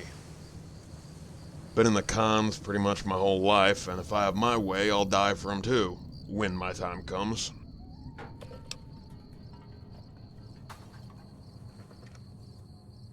Not a super clever moniker, but I always got at least 3 locked and loaded pieces with me at any given time, so... Three-piece Kyle. Sure. Goes back a ways. Started with me saving his ass from getting curb stomped in a bar fight. 3-on-1 odds didn't strike me as proper. Fight was going our way when one of those cocksuckers pulled a switchblade and stabbed me in the fucking eye. He was gonna finish me off, but Eddie came from behind and cut the guy's throat with a chunk of bottle. At that point I was a little pissed, so I pulled my 45 and my 38 and I put the other 2 assholes into the ground. Anyway, me and Eddie been tied ever since then. I keep telling him he ought to join the cons, but he don't fancy our initiation. Whatever. You take care of yourself, sister.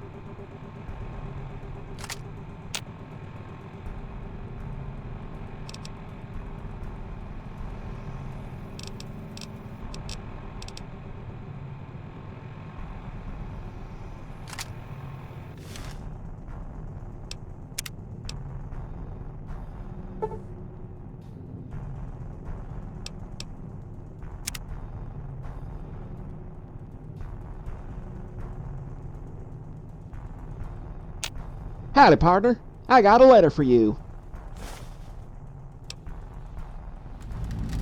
A man with a nice hat. Have a nice day, partner.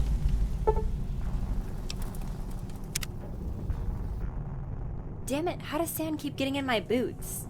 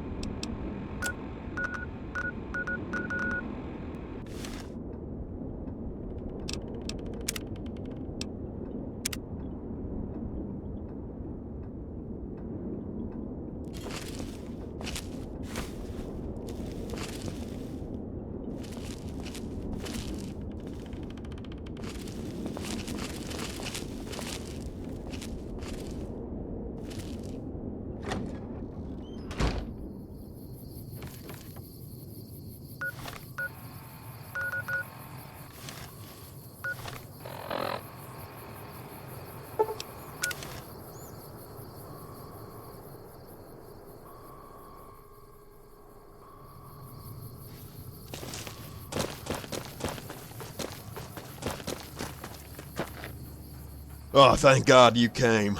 I was worried y'all might not have gotten my message. I don't know how else to say this, so I'll just be blunt. A little back, some piece of shit murderer came to my family's ranch. It was a massacre. My kin, they tried to defend their land. One by one, they died. Murdered for no reason I can figure. But now you're here, we finally have a chance to respond to this crime. My family will be avenged, and I'll see justice done. Ah, shit, I done forgot to introduce myself. Sorry about that. My name is Scooter Bodine, and this here is for my pappy. Come on now, boys!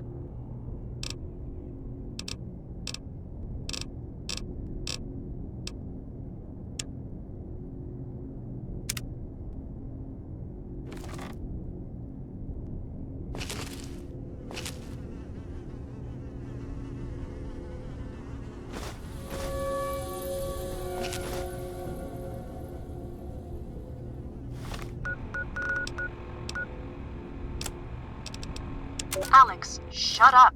I'm recording this for my supervisor. Whatever. Well, did you get the personnel files decrypted or not? Call 'em your tits, I've got this shit handled. And done. Good. Send it back up to the office HQ. How about a please, huh? Alex, you're pissing me off. Send the data now. Fine. Relax. Well, are you done? Yeah, I'm done here. You are. Asshole. Right, so, Courier, hello. If you're expecting some double cross, prepare for disappointment. Our business is amicably concluded, and I have no particular interest in sending anyone after you. For the sake of clarification, while you were off playing junior detective with Hurst, one of my operatives managed to pin down Blake's location. He's in a nice, comfy cell in a location that doesn't officially exist.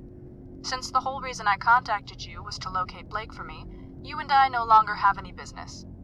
I figured I'd simply extend the courtesy of letting you know that I won't be needing your services any longer. You can keep the cash I packaged with this recording. Consider it your severance pay. Also, feel free to keep that assassin I purchased for you. It's a long-term contract that the taxpayers are so generously paying on my behalf. Perhaps, if a future assignment of mine could benefit from your skill set, I'll contact you again. Or perhaps I won't. Can't predict these things. So, have a nice day, I suppose. Specialist Morgan out.